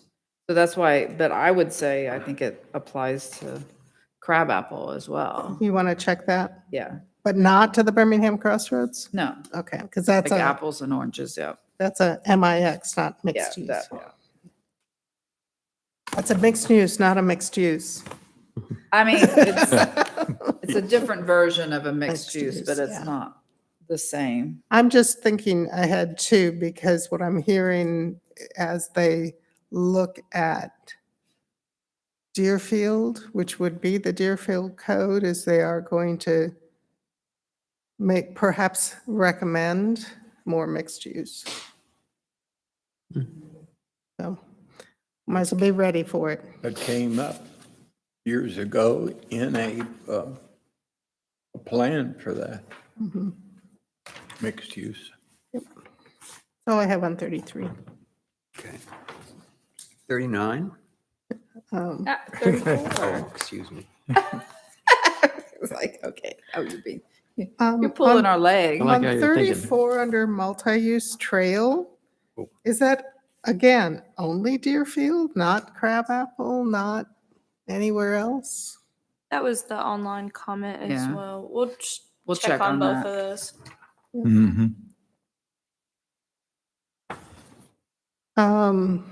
And then for EPD at the top of 34, we either need to spell it out or add it to the acronym list. And I think it's the Environmental Protection Division, but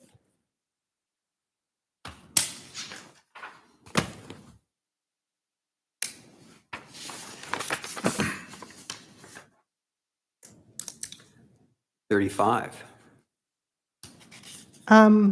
under non-conforming lot, use or structure, it talks about a use lot or structure which has been made non-conforming by some county or state action.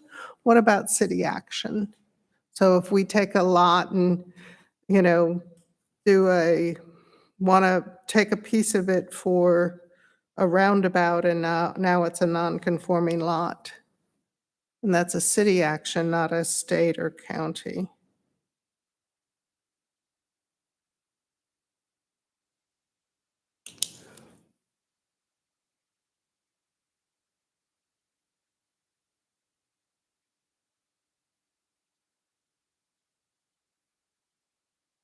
I would agree. I mean, I would think so, like if you, because we do all sorts of acquisition of right-of-ways that could cause a lot to become non-conforming. Yeah, this probably carried over from Fulton County when it Yeah, was just. yeah. Okay, by some, I wonder if we can just replace county with city. no, Oh, because well, I mean, they there have, are no county roads, so. yeah. they still have authority over in some places like Sewer. manhole and sewers. Might as Yeah, I well- guess might as well leave it. easements. Okay. Or replace it with, governmental. Yeah. That's all I had on 35.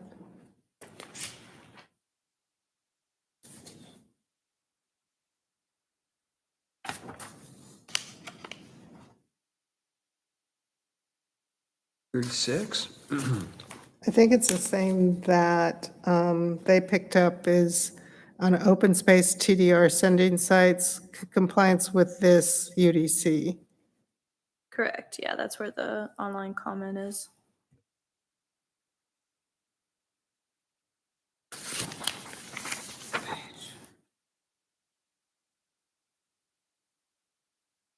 This UDC. I don't know why I wrote correct.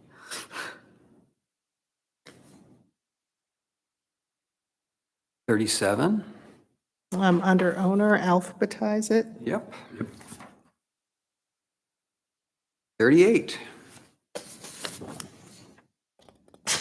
On 38, under passive tree protection, I have a edit that I must have made when we were going through the tree ordinance, because I crossed out within the tree protection zone.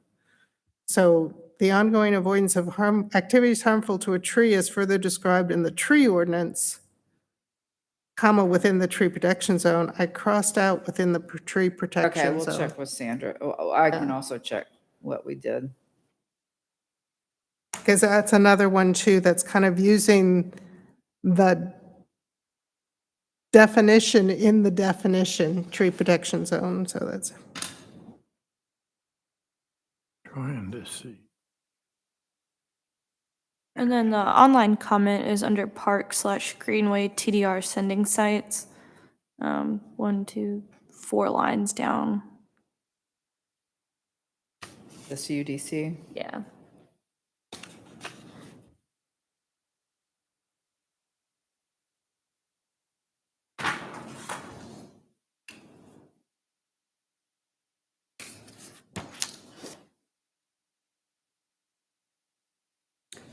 Anything else on 38?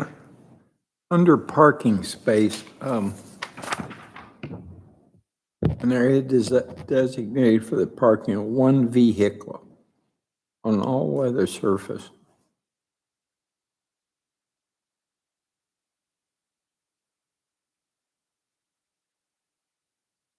Only, I mean,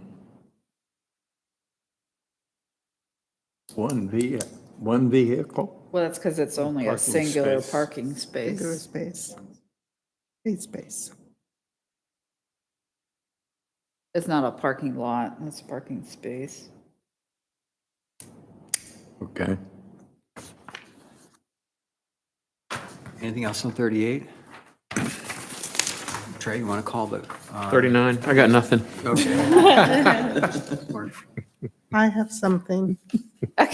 Under plat, comma, minor, I think our convention has been a minimum of spell out 3, Mhm. THRE.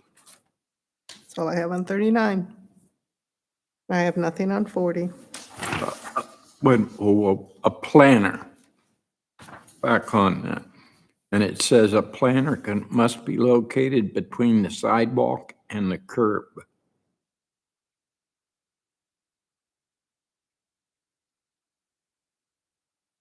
You Okay. couldn't have a planner in, Or is that more of a requirement that should be back in the form-based code and not in the definition? yeah, Right. thank you, Judy Strelby. That's what I knew what you were trying to say, Fred. We've been sitting next to each other too long. Okay.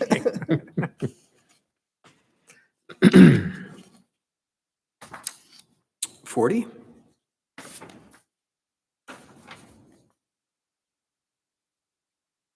Boy, that list is already alphabetized. I know. Well, except for Except number noxious 18. or Yeah. offensive. 18. Why did they do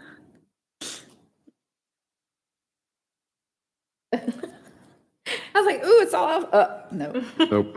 that? They hit you at the end. The thing I have, again, on pollution, and this, again, it's more of a control thing, but in our HOA, we have a small stream that runs through there constantly. And people with wooded areas going down to it continuously rake all of the leaves, all the limbs, in hoping that we have a storm, and then that'll all wash away. Now, I don't know how you put that into this, but it is a major, major problem. Well, it does in the definition say the contamination or alteration of the water's physical properties by the addition of any constituent, so it's kind of in there.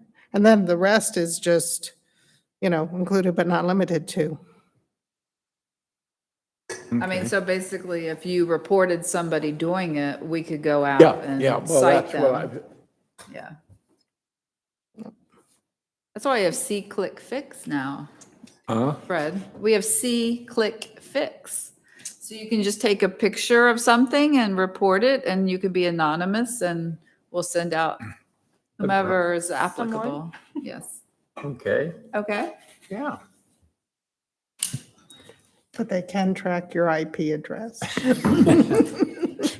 Does it have audio for like really disturbing Yeah.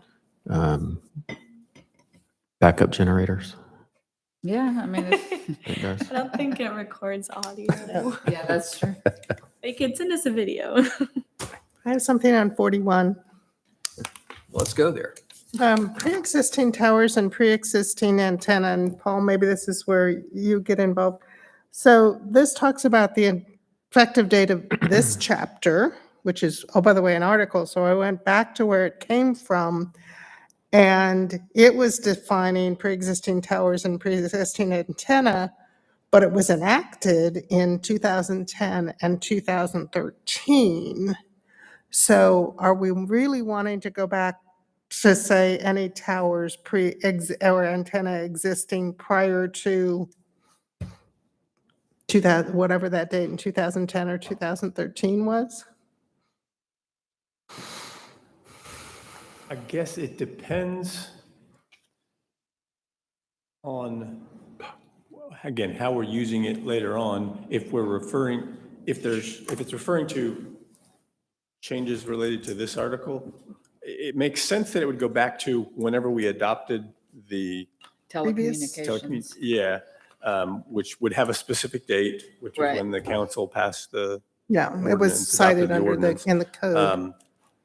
But there are also circumstances where something new may have come up in the interim, and it could be a pre-existing structure with respect to that particular ordinance. So I'd have to see with respect to that particular regulation, if we added a new regulation.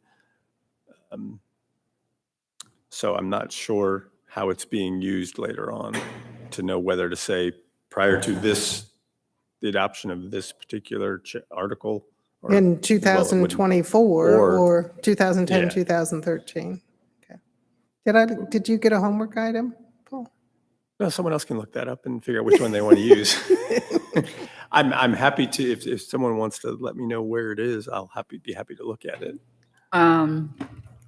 Yeah.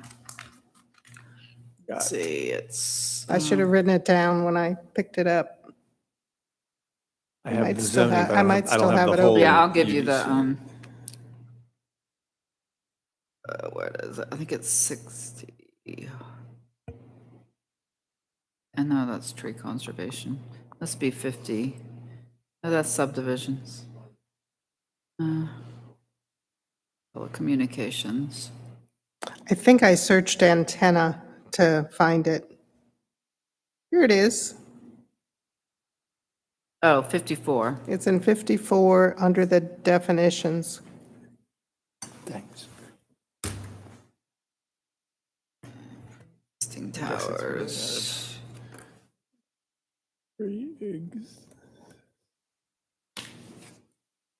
So pre-existing towers means any tower above has been properly prior to the effect of this chapter.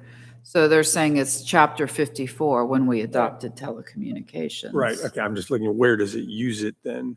So Oh, it uses. the it in- pre-existing tower, okay. Why did it not go to where I wanted it? It goes to the applicability, it said.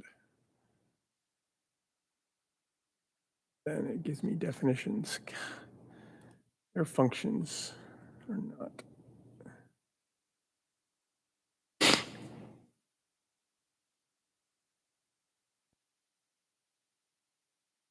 Well, the only thing oh, maybe pre-existing tower. Maybe it's,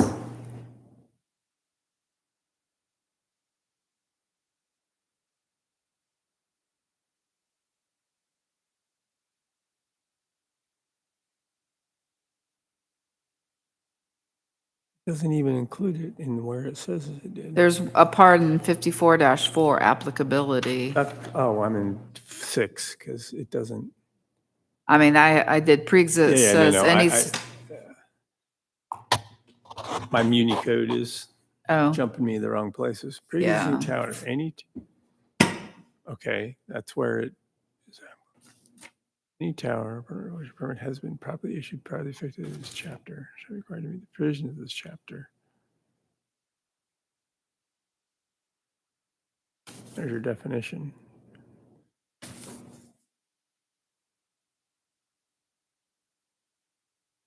I think generally speaking, it's going to go back to the original date of the adoption of the Right. telecommunication ordinance based on that. So it's 8/9/2010, I believe, but let me see, make sure. Yeah, 8/9/2010. Okay. Like it, yeah. Under properly designed, last sentence, until the date of NOI, N-O-I, that need to be spelled out. It's Notice of defined intent. earlier in the chapter, I thought.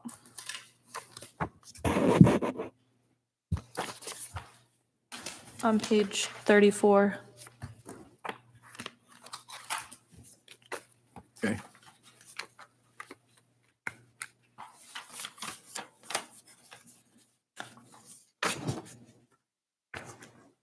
Page 42.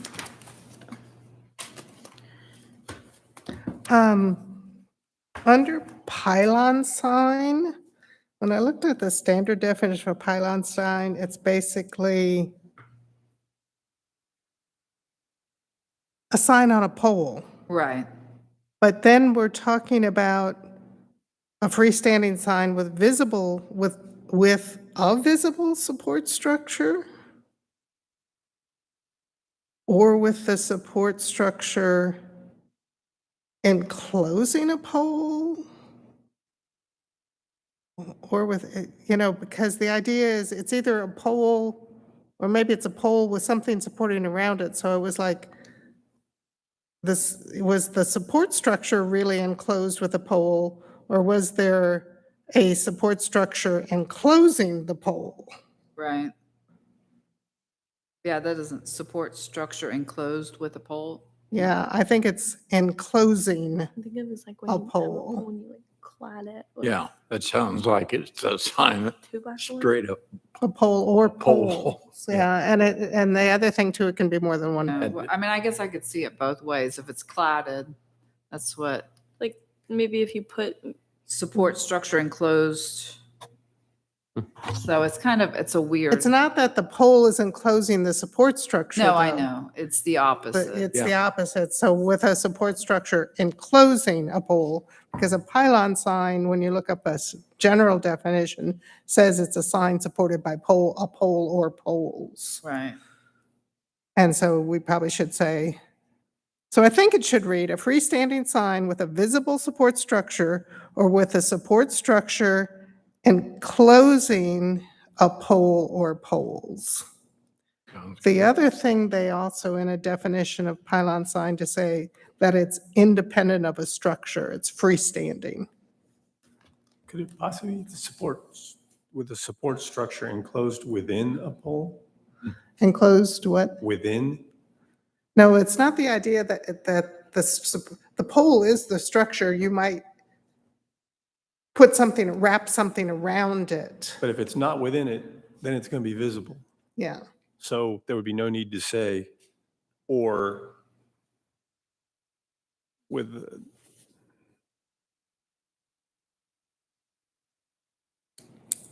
I don't know how. But signs are- generally, the definition of a pylon sign, when I just looked up, what is a pylon sign? What are we talking about here? Show me a picture. And the definition was that it's a sign supported by pole or poles. Yes.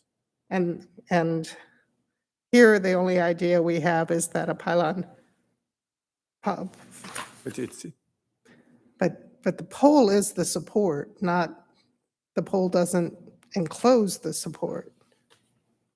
A freestanding sign with visible well, support structure or with the support structure enclosing a pole or poles. That's what you said.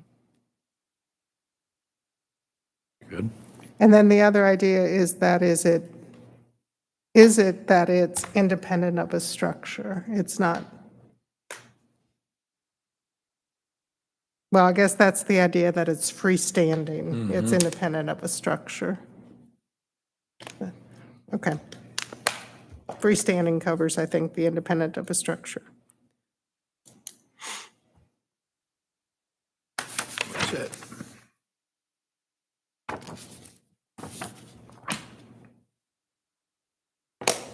And then we talked about changing radio frequency expert if possible. And then I had a comment on rear lane.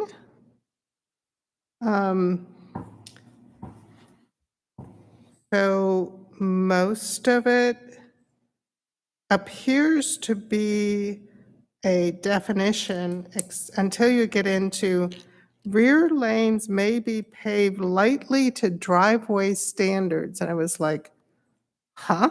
I know. And to me, that a may is not a definition. A may is a code thing. And I don't know what paved lightly to driveway standards means, I don't know. but I question if that was a definition and not a permissible requirement. Well, I mean, you would say the same thing with rear alley too. Yeah. Okay.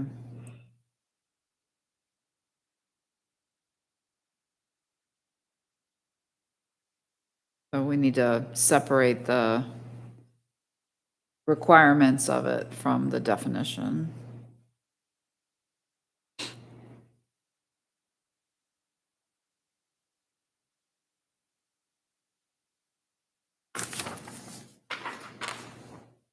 One page.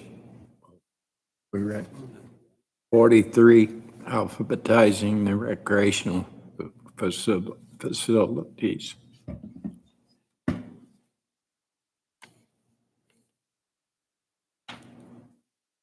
That's something else there. We got the other one. On 43, under recreational facilities, what's a recreation counters?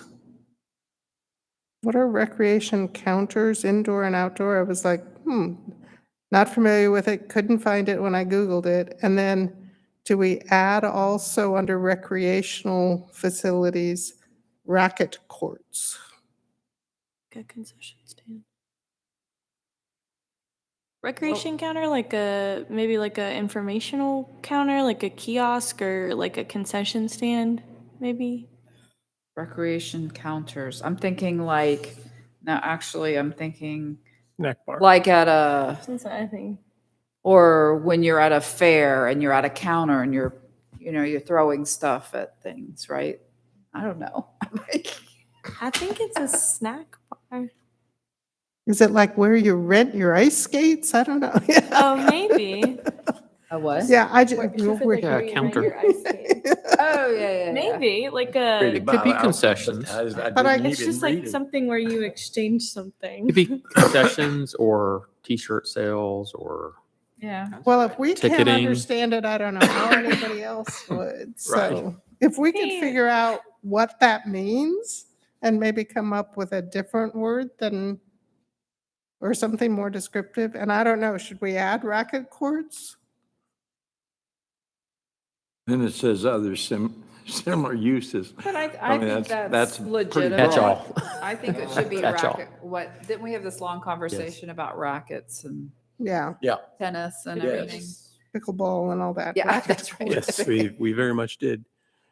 The question is we want to make sure that the term is used and it will not, if we throw that into this term, somehow we're regulating pickleball courts that occur in an HOA, as an amenity.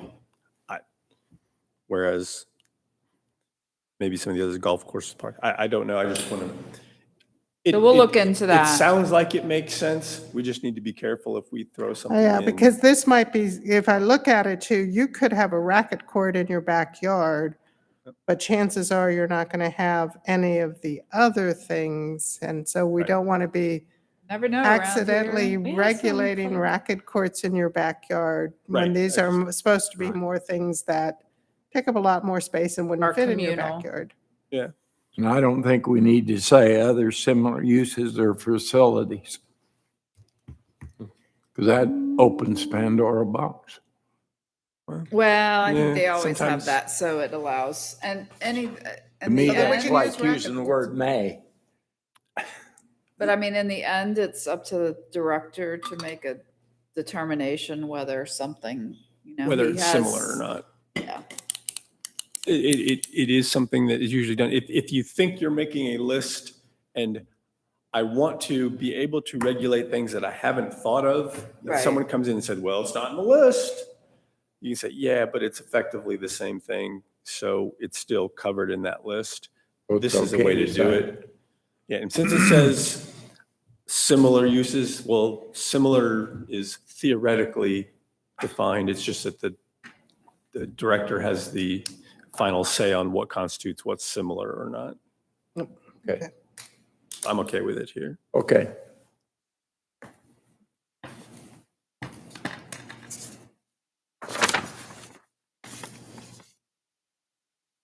Anything else on 43? On the online comments, there was should there be a definition for extension line? That is referring to the recess line in the first paragraph.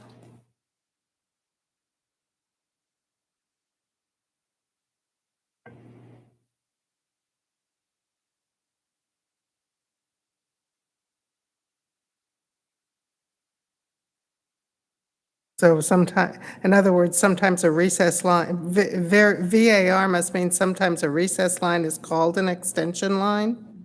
So I'm wondering if she says, should we add extension line as a definition and refer them to see recess line?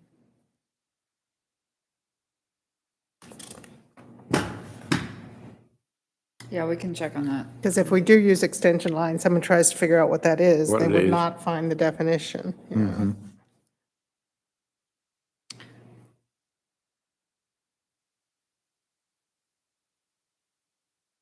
Okay.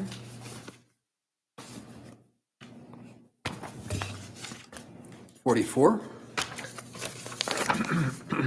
At 45, I think. On 45, under screening, we talk about the use of things, but then it's only to obscure a wireless telecommunication facility. We use screening a lot in the code, so I don't know why we then restrict the definition to be only for wireless telecommunication facilities. Yeah, so just to Because it obscure came out of the structures. Telecommunications Right.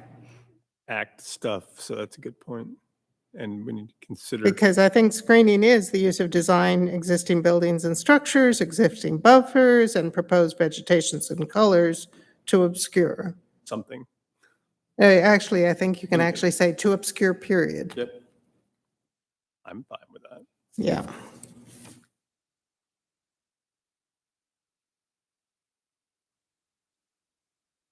Other things on 45? 46.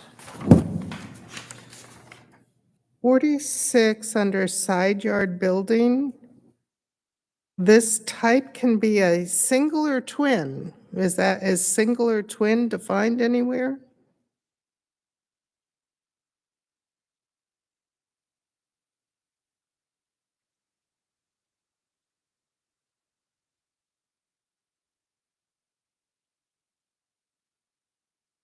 I don't think so, so.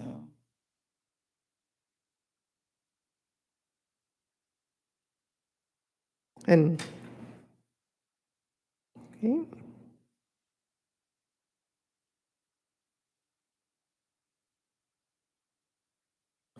Okay.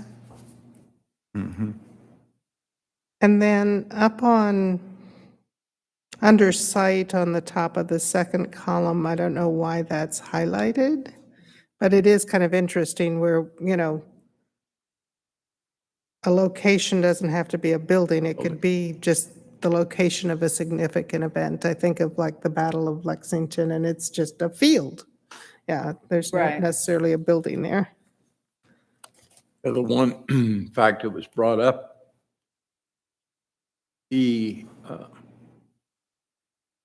at the park or the stone quarry, they were trying to discuss whether that stone quarry was a historical, because there was something else, a small village there or something, where they worked the stone and everything. But Right, I mean, I think that was something that when Well, we that were was- creating the historic that was trying to preservation. find what else could be Right, historic. yeah, right? exactly. And then under 3, you have to add the word with respect to. Yeah.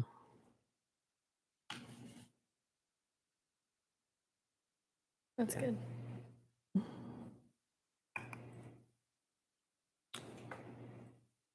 And I have nothing on 47. Wait.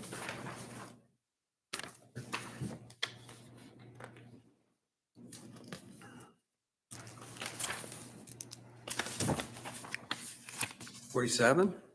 Nothing. Nope. Excuse me. 48? Nothing. Nope. Bless you. Bless you. 49. Excuse me. Need another sneeze. Same. Mm-hmm. Okay. 49, there's something online. Yeah, it's that same, should be. Codes, comma, Oh. A.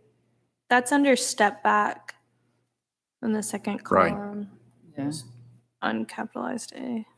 I've seen a couple of those, and so a global look for with respect to comma, Yeah. and then the next letter, because it probably started with a definition, but now they've added the with respect to language.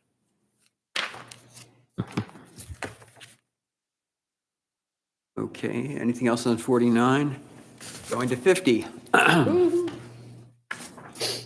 stretch. The only thing on 50, oh, Same thing. Same thing with 50. Yeah, under street, Codes. Oh, wow. There is some. so on page, I have nothing on 50, sorry. Got my pages off. Now, the one that came in online, do you know where that, do you have that caught, Emily? Yes, that is the same one y'all already caught. Okay. And then 51. 51, we do not need a page break. And let's move to 52. Find out where that verbiage went. So on 52, under minor subdivision street, we're using the number if it's more than 10, so that one's okay. But under structural root plate, I think from the trunk, 1/2 foot for every inch rather than 0.5 feet. I think spell it out. Mhm. And then we don't need the page break. And then alphabetized streetscape. yeah. It is It is down, alphabetized, it is, other than miscellaneous. right. 53.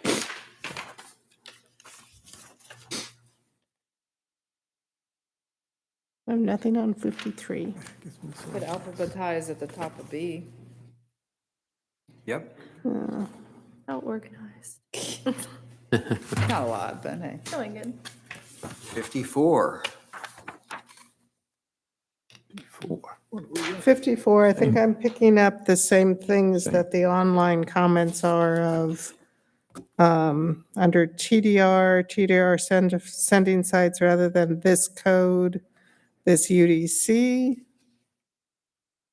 And it looks like there's probably another one on that page. There's one under receiving sites and one under sending sites. Yeah, I got those two, but she has 3 of them. TDR, Oh, no, one of them's on 55. I was like, wait, on this one. Okay. Okay, 55. the online comments in the transect zone, T zone at the bottom right of the page. And it's just this code. Anything else on 55? 56. Well, oh, yeah, this code.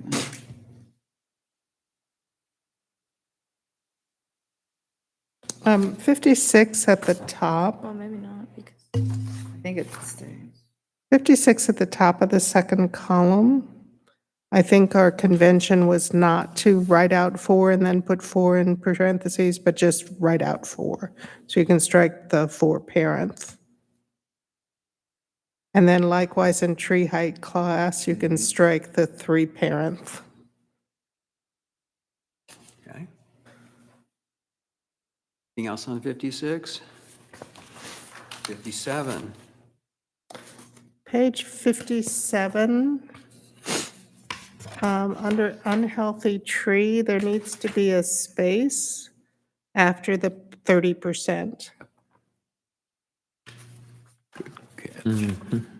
Fell asleep. 58.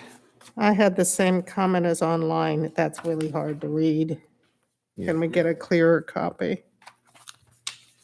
And then if possible, can it fit on the previous, if it's clearer, can it be shrunk so it can fit on the previous page? 59.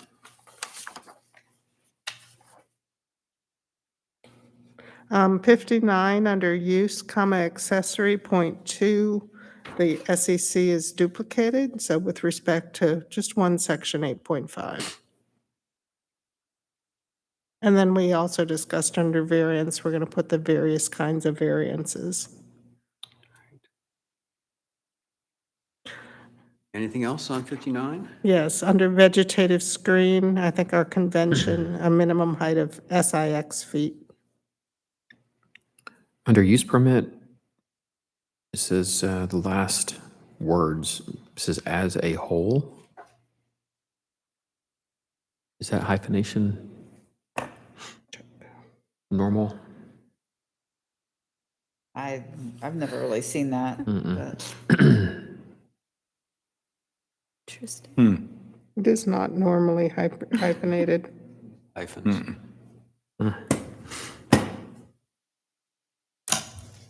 Okay, page 60.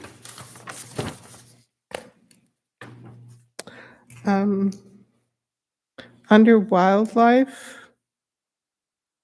fish is repeated twice, includes fish, and then birds, fish. So just one fish, not 2 fish, not red fish, not blue fish. Then under window sign, I think they're trying to mean in the last sentence that window signs do not include architectural features. Because windows sure do include architectural features, but window sign, I think they're trying to say that an architectural feature is not a sign. Mm. So I think window signs do not include architectural features, or to be clear, architectural features are not considered a window sign. I think is what it's trying to say.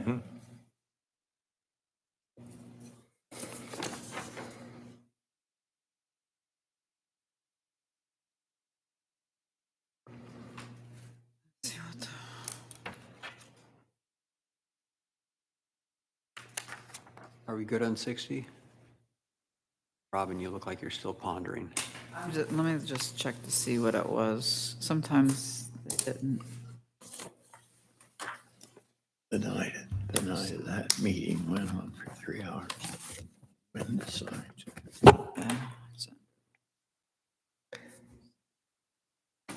I do have comment on 16. Window signs include decals in them and onto the glass. Windows do not include architectural features. That's what it said. But we're talking about window.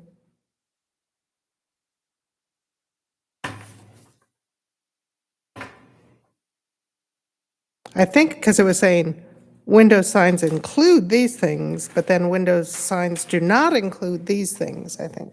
Because it's the only way I can make it make sense. Okay.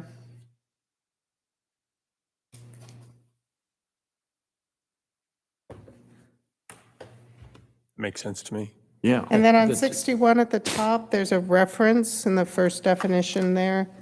Also see telecommunications facility. However, there is no definition for telecommunications facilities. And it's usually telecommunication facilities, but okay. Yeah. But wireless telecommunications facility is fine. But there is no definition for telecommunications facility to also see. Anything else on 61? Da, da, da, da. I think we're finished, Robin. I'm sorry. Telecommunications. Can we do like the legislators did? The air. I feel like should feel even more joyous and relieved. No, yeah. No. So we celebrate Christmas early. Yeah, I think.